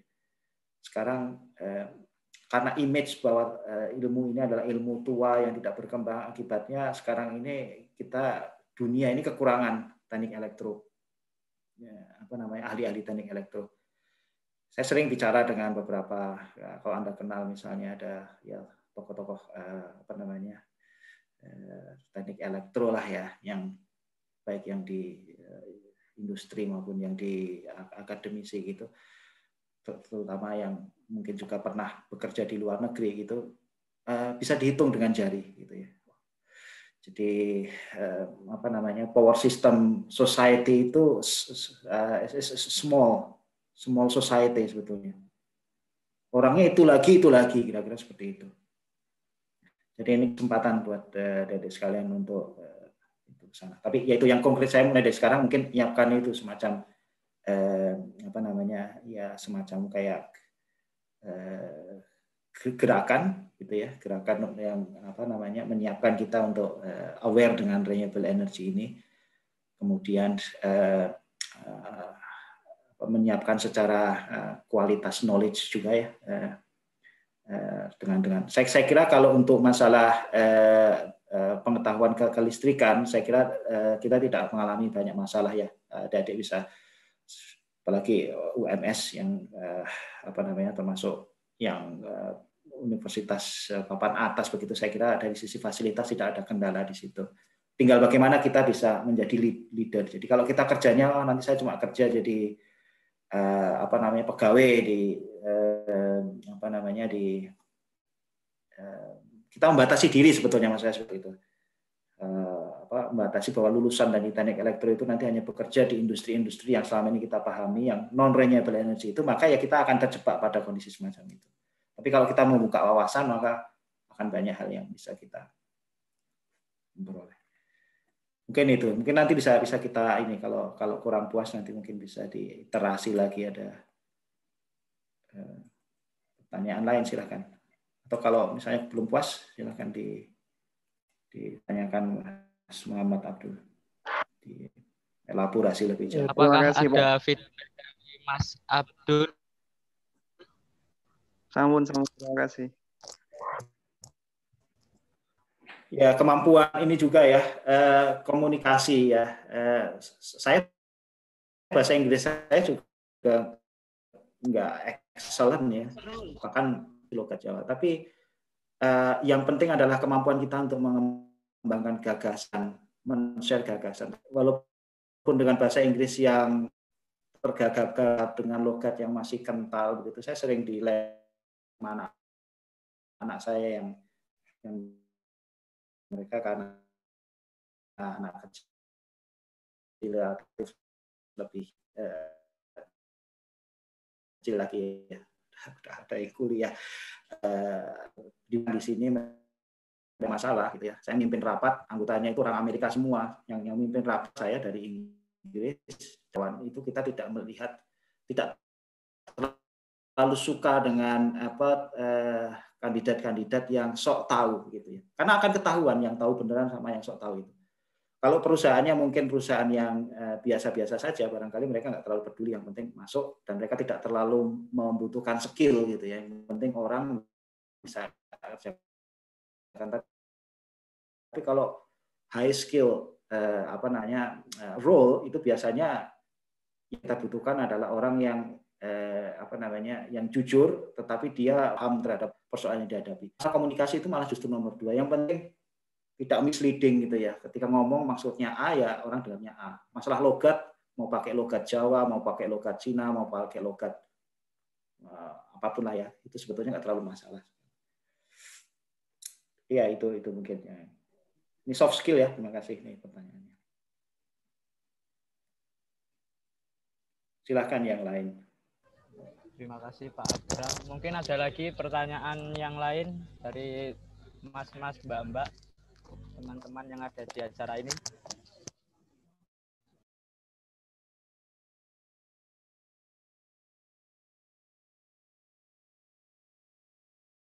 Nggak usah malu, nggak usah sungkan.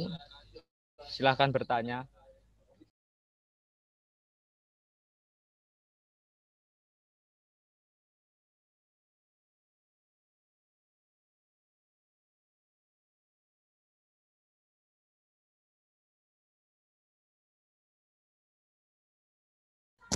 Oke, silahkan Mas Irgi, open mic. Cek, kedengaran nggak Mas? Kedengaran Mas. Assalamualaikum warahmatullahi wabarakatuh. Perkenalkan nama saya Irgi Wirdiansyah. Izin bertanya Pak, tadi kan melihat dari 2009 ke 2000 berapa renewable di Indonesia itu semakin menurun. Nah, seumpama itu sampai beberapa tahun ke depan tidak ada peningkatan kan. Jadi mau tanya bagaimana Bapak bisa memulai bekerja di luar negeri itu. Sedangkan di negara kita sendiri yang kemungkinan malah semakin menurun gitu. Oke, terima kasih mungkin itu. Iya, mungkin sekedar klarifikasi ya, menurun tadi tidak dari sisi kapasitas, tetapi dari relatif to the existing total capacity. Jadi kalau dihitung dari megawatt terpasangnya itu meningkat gitu. Tapi karena kebutuhan listrik kita juga meningkat, ya, maka ya persentase renewable energy terhadap energi yang lain itu lebih kecil begitu. Jadi menurun tadi itu persentasenya. Jadi kalau dulu persentasenya sekarang 14%, sekarang 12% gitu ya. Tetapi dari sisi megawattnya terpasang ya, itu meningkat karena ada banyak pembangkit listrik yang ini dipasang gitu. Nah, terkait dengan saya lebih optimis malah di Indonesia. Dan di Indonesia yang dibutuhkan sekarang adalah mungkin kita berbenah bersama begitu.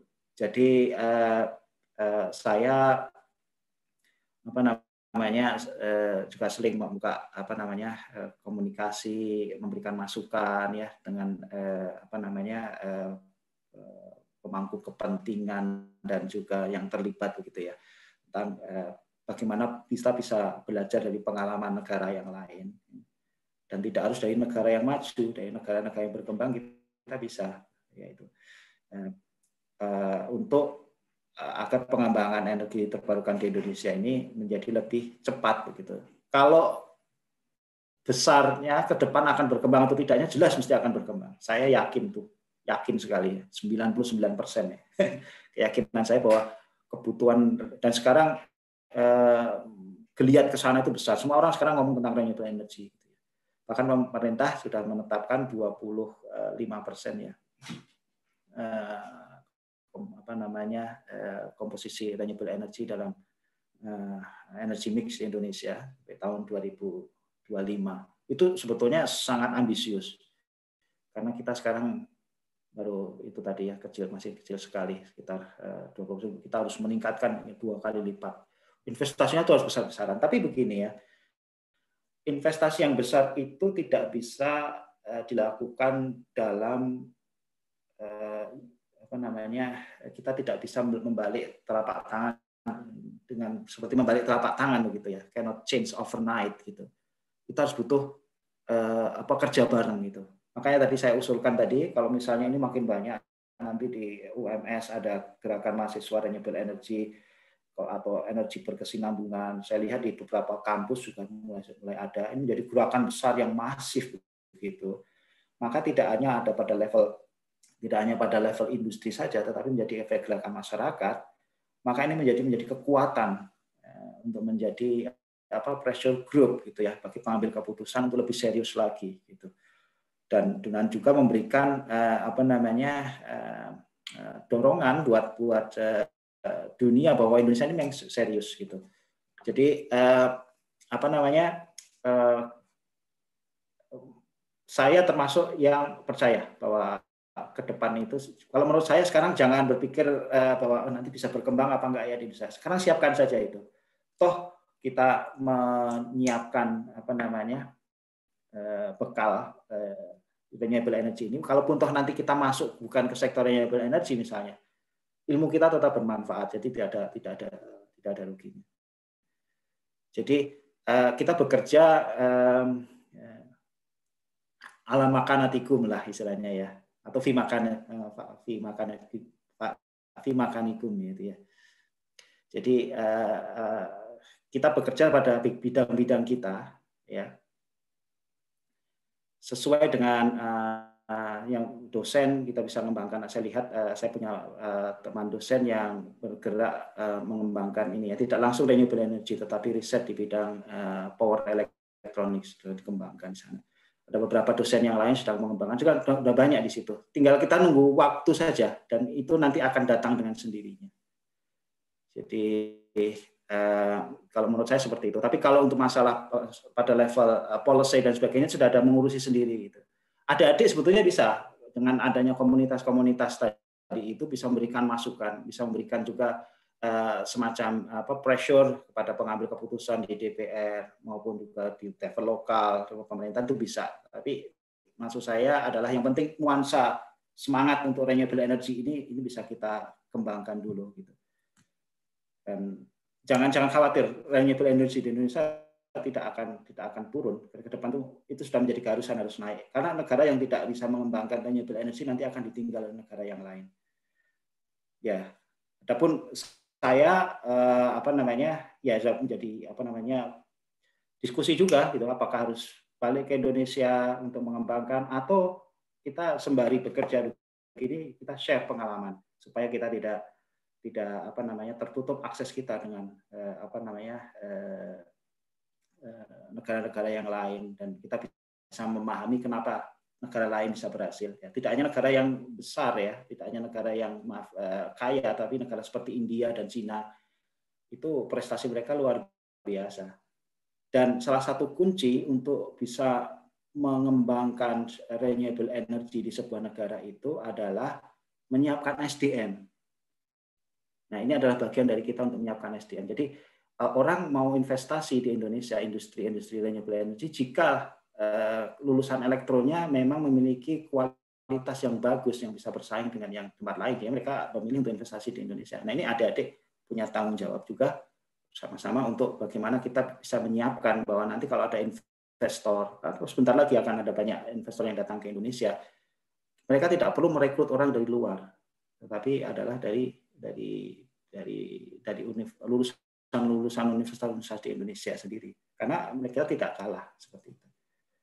Ya, tapi jangan sampai memandang bahwa yang paling penting itu sekarang mengubah dulu persepsi bahwa renewable energy itu hanyalah pelengkap. Itu yang harus kita bahas. Tujuan saya sebetulnya dalam beberapa forum itu adalah tolong sikap kita jangan pesimis, optimis bahwa renewable energy. Sekarang kita tinggal siapkan.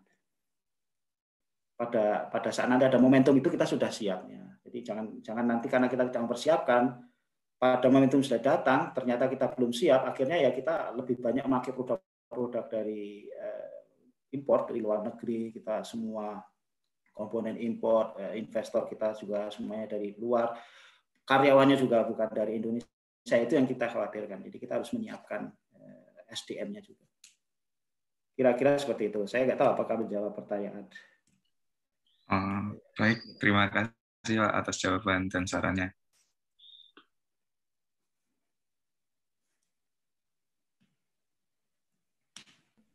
Oke, terima kasih Pak Abram.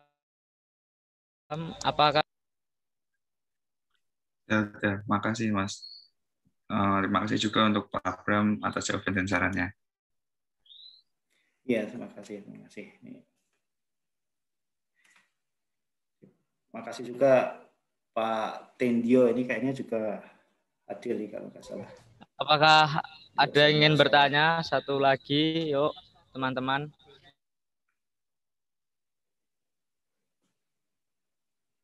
Masih ada satu kesempatan. Monggo yang ingin bertanya, silakan ditanyakan.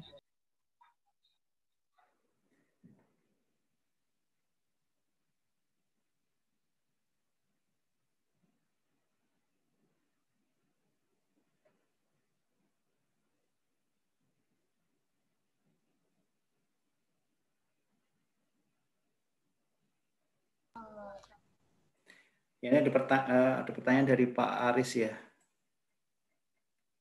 Mas Auzan. Ya, pertanyaannya apa saja yang harus kami sebagai mahasiswa lakukan agar kelak bisa mudah diterima bekerja di perusahaan bonafit dan bergaji besar, terkait aktivitas baik yang harus dipupuk dan kebiasaan buruk yang harus kami kurang atau hilangkan. Mungkin seperti itu. Iya, ini pertanyaan bagus sekali ini yang selalu. Memang saya kepengen untuk bisa ada banyak komponen di sana ya. Tapi sekian lama berinteraksi dengan banyak orang dari berbagai macam negara, ada pelajaran yang bisa saya ambil, dan itu menyangkut apa yang menjadi kekuatan kita dan juga apa yang menjadi kelemahan kita gitu ya. Kekuatan kita. Ini kita mulai dari kita harus paham dulu, memahami dulu sebagai orang Indonesia secara kultural kita punya kesamaan gitu ya. Jadi kalau saya berbicara tentang kita itu karena saya paham budaya adik-adik sama dengan budaya saya, karena saya dibesarkan juga di Indonesia dan orang tua saya orang Indonesia, keluarga Indonesia, anak-anak saya juga berbahasa Indonesia. Jadi kelebihan kita adalah kita ini orangnya friendly ya. Jadi ini sebuah bekal yang sangat bagus. Kita ini friendly, walaupun kita kadang-kala bahasa kita kurang begitu bagus, tapi wajah kita ini friendly. Kita kepingin kita selalu berusaha untuk menyebabkan orang lain itu senang. Itu sebetulnya sebuah modal. Walaupun bisa jadi sebuah kelemahan ya, tapi kalau saya melihat mostly it is our strength. Jadi tampilkan wajah kita sebagai mahasiswa atau calon karyawan atau calon engineer dari Indonesia ini adalah engineer yang kita memang friendly, siap bekerja sama dengan siapa saja. Kita bukan tipe orang yang arogan. Ada beberapa orang itu ya, kalau saya ketemu dengan beberapa jenis orang seperti itu, memang di awal nggak enak. Orang yang arogan itu menutup peluang untuk bekerja sama, friendly gitu. Terus yang kedua adalah yang kedua bahwa kita ini lebih resilient. Orang Indonesia ini lebih resilient. Kita ini kekuatan kita adalah, saya nggak tahu apakah karena kita sudah dijajah lama 350 tahun lebih, atau karena memang itu menjadi bagian dari kultur kita yang kita bangun gitu ya. Bahwa kita ini tidak gampang mengeluh. Ya, kita lebih siap untuk menerima pressure, lebih tahan daripada kebanyakan orang gitu ya. Tapi sekali lagi, dua hal ini bisa menjadi titik lemah juga kalau kita tidak memahami bahwa kalau misalnya kita terlalu ramah begitu ya, akhirnya kita terlalu akomodatif dalam negosiasi, kita akan selalu dikendalikan orang lain. Nanti kita tidak akan pernah mengambil decision yang kita usulkan gitu ya. Atau decision will be made not based on our view or input or encouragement, but rather than because people can force us to compromise our view gitu ya. Jadi jangan sampai kita sebagai dengan kebaikan kita ini menjadi tidak enak. Ini bisa sekaligus kelemahan. Jadi kelebihannya adalah ini bisa dimanfaatkan teman-teman itu lebih suka dengan orang Indonesia gitu ya. Dan saya tidak hanya mengambil contoh orang Indonesia di kantor saya, karena orang Indonesia di kantor saya di seluruh dunia ini mungkin yang beroperasi di seluruh dunia ini hanya saya mungkin yang orang Indonesia. Tapi dengan teman-teman Indonesia yang lain dikerja di perusahaan lain, rata-rata mereka punya impression yang seperti itu. Kita friendly dan kita ini resilient gitu. Kelemahan kita apa? Kelemahan kita adalah leadership kita kurang. Jadi ketika kemudian ada opportunity, kita cenderung menunggu. Sementara orang lain, ya kalau kita sudah bersaing dengan negara lain, mereka itu adalah lead gitu ya, take a lead. Jadi ngambil inisiatif, memimpin. Sebelum orang lain ngontrol saya usul dulu. Ini yang akan saya usulkan. Nah, ini yang jiwa kepemimpinan yang semacam ini yang kayaknya kita kurang. Saya pernah ngajar juga di Indonesia, pernah ngajar juga di Swedia. Tipenya sama, orang Indonesia seperti itu. Dan mungkin secara umum Asia Timur seperti itu. Ya, bedanya dengan Asia Timur Cina, walaupun kita mereka juga sama sistemnya. Jadi kalau ada pertanyaan dari dosen itu biasanya mereka nggak akan berani tanya di forum umum. Karena saya pernah ngajar di universitas di Swedia itu, kalau kita buka pertanyaan, biasanya nggak ada yang bertanya yang dari Asia itu. Tapi kalau nanti dosennya sudah selesai, sudah rehat gitu ya, mereka mendekati dan menjadi diskusi. Jadi mereka kurang confidence gitu. Nah, ini bisa jadi kelemahan begitu. Pertama, kita menjadi kurang visible. Kita tidak tampil di panggung gitu. Jadi padahal di perusahaan itu kita butuh visibility. Kita nggak perlu selalu low profile terus begitu. Ada saatnya low profile, tapi ada saatnya di mana kita harus high profile, menunjukkan bahwa ya kita mampu. Seperti Nabi Yusuf ketika mampu untuk menjadi bendahara di kerajaan pada waktu itu mampu. Aku mampu ini. Tolong beli aku amanah ini. Begitulah kira-kira seperti itu. Ya, jadi itu dari sisi kepemimpinan, kelemahan kita. Kemudian yang kedua ya dari sisi kita mengorganize ide. Itu penting juga ketika kita ini soft skill lagi ketika kita berdiskusi dengan orang. Saya dari sekian banyak berdiskusi dengan sekian banyak orang yang pandai mengorganisasi ide itu adalah orang Inggris. Mungkin karena bahasa mereka dipakai di banyak tempat, tapi saya harus akui saya pernah bekerja juga di Swedia, bekerja dengan orang Swedia dan bekerja di Swedia mungkin sekitar 7 tahunan gitu ya. Jadi saya paham orang Swedia itu orang tipe pekerja, rendah hati, mereka nggak banyak mengorganisasi ide. Tapi orang Inggris ini pinter nih, kalau sudah bermain politik dan sebagainya. Kadang-kala hal-hal semacam itu penting agar apa? Agar kalau kita punya ide kita ini bisa dipahami orang. Jadi itu dua kelemahan dan dua kelebihan dan 2 kelemahan yang harus kita address dari sisi soft skill ya. Terus yang kedua adalah kalau kita membuat achievement, prestasi, itu tolong dicatat. Ini yang kaitannya bukan soft skill, tapi ini mungkin praktikal aja ya. Jadi adik-adik ini saatnya sekarang bangun CV. Orang akan melihat CV-nya, gitu ya. Anda aktif di KMTE, bagus, itu berarti bisa dijadikan CV. Apalagi jadi ketua, gitu ya. Atau menjadi organized workshop misalnya. Itu bisa menjadi CV. Jadi sekarang adik-adik itu harus berlomba-lomba mengakumulasi CV dari sekarang. Karena tidak mungkin lulus nanti kemudian pengen kerja gajinya cepat naik, tapi kemudian CV kita ini cuma IPK saja. Ya. Nah ini yang mungkin tidak. Saya dulu beranggapan semacam itu. Kalau IP saya tinggi kan nanti enggak, tapi setelah nanti berkembang, akhirnya kita IP penting itu untuk first pass. Karena orang ketika begitu ada 1.000 orang yang aplikasi, yang akan dilihat pertama kali kan IP, itu gampang di Slaso ini yang IP-nya di bawah standar nggak usah masuk. Nanti yang IP-nya tinggi. Tapi begitu sudah masuk kepada kompetisi yang berikutnya, kemampuan soft skill itu akan menjadi sangat penting begitu. Iya begitu. Mungkin semoga menjawab ini. Sebetulnya ada banyak hal yang lain. Sebetulnya saya terbuka kalau misalnya kita suatu saat ada forum semacam ini. Kita diskusi hal yang non teknis gitu ya. Karena kalau teknis tadi berat ya, kelihatannya kok kesannya seolah-olah bidangnya itu terlalu sulit semuanya, enggak apa. Oke, kita tinggalkan itu saya untuk bisa paham itu butuh waktu berapa? Hampir 20 tahun. Jadi jangan khawatir, wah itu materinya Pak Abram berat. Ya, karena saya 20 tahun bergerak di bidang itu dan saya fokus, sehingga mungkin adik-adik nggak paham itu nggak apa-apa gitu. Tapi yang penting adalah bagaimana kita menyiapkan sekarang langkah-langkah yang bermanfaat buat adik-adik sekalian. Itu misi saya sebetulnya kalau saya ngisi kuliah ini. Materi bisa kita dapatkan di buku, bisa dapatkan di YouTube, tapi pengalaman first hand langsung dengan orang-orang yang berinteraksi itu mungkin yang adik-adik perlukan saat ini supaya Anda bisa bangun confidence.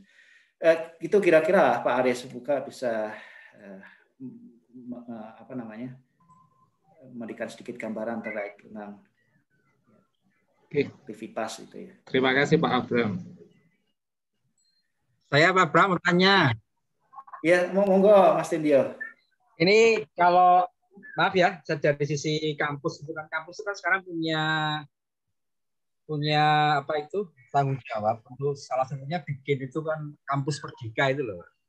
Betul ya, pernah dengar lah ya. Itu kira-kira salah satu hal yang sangat dibutuhkan bagi kampus itu kemudian kerjasama dari kampus untuk kemudian bisa membantu mahasiswa ya untuk bisa masuk, terutama kalau terkait dengan engineering itu berarti di industri dan magang di industri dan penelitian. Nah itu kira-kira link ke sana tuh kalau dari pengalaman Pak Abram gimana? Apakah perusahaan di Inggris sana ataupun yang di Swedia yang pernah bilang itu apakah memungkinkan untuk mengakomodasi atau memberikan ruang ya untuk kerjasama semacam itu? Iya, terima kasih Mas Tindio. Ya memang agak tricky ya Pak Tindio. Kalau beberapa industri itu tergantung dari karakteristik industrinya juga Pak Tindio. Jadi kalau yang industri yang biasanya research intensif seperti Siemens, seperti ABB begitu ya, kalau di bidang atau General Electric, biasanya mereka punya satu platform memang untuk kerjasama terkait dengan riset. Sementara kalau industri tempat saya adalah industri yang sifatnya aplikatif, jadi langsung pada proyek aplikasi, dan biasanya memang porsi untuk kerjasama dengan universitas tidak seintensif yang lain. Tapi dari sisi utilizing human resource itu sebetulnya terbuka lebar menurut saya Pak. Jadi kita punya banyak pool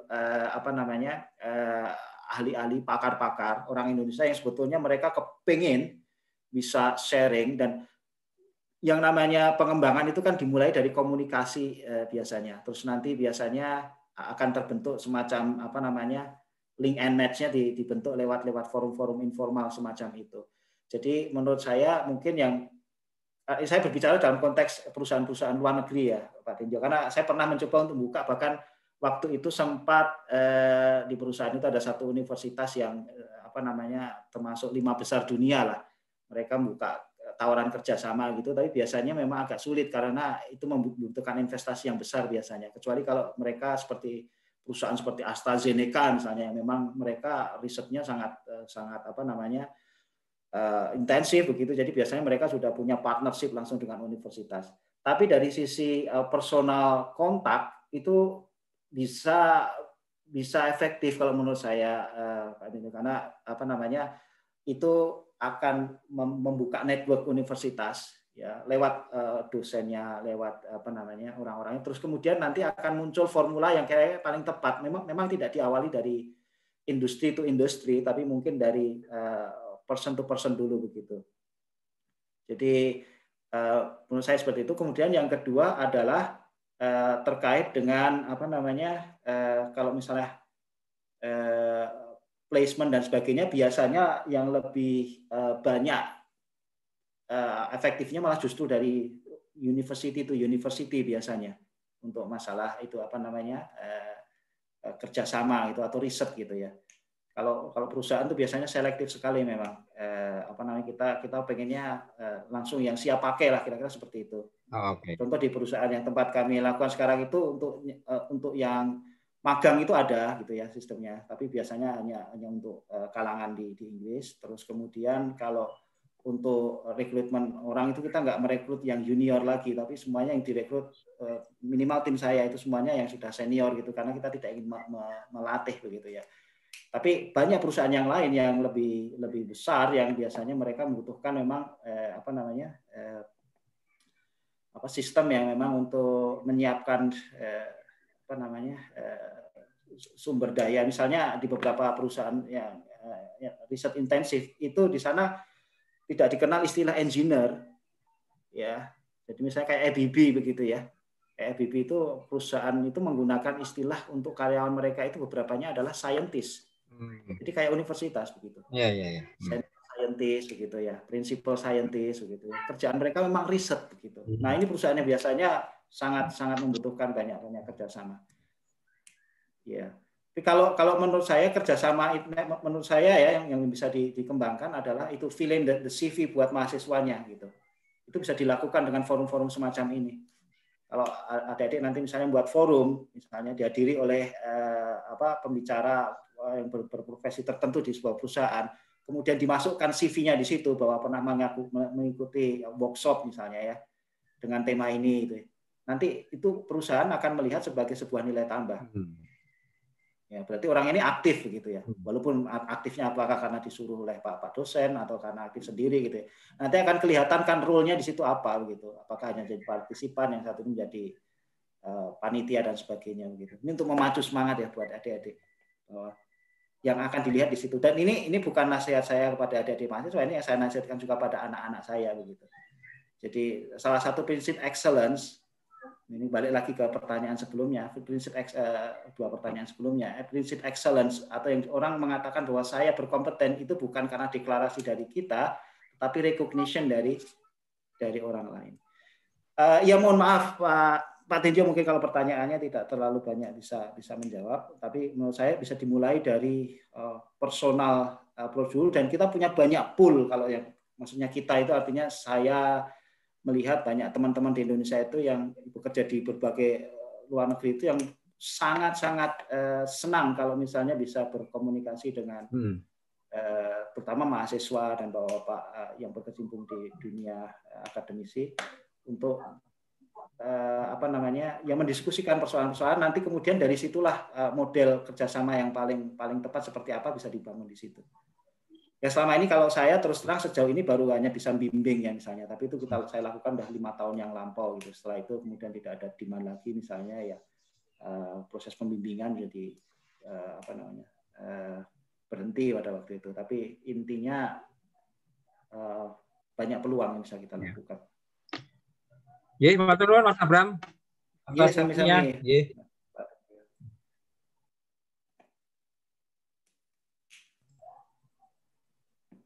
Monggo panitia Silakan Terima moderator. kasih Pak Tinjo, terima kasih Pak Aris, dan terima kasih Pak Abram. Mungkin sesi tanya jawab telah usai dan tidak terasa telah sampailah kita di penghujung acara workshop kali ini. Semoga ilmu yang kita dapatkan hari ini bermanfaat untuk kedepannya. Amin ya robbal alamin. Amin. Marilah kita tutup acara pada siang hari ini dengan bacaan hamdalah bersama-sama. Alhamdulillah.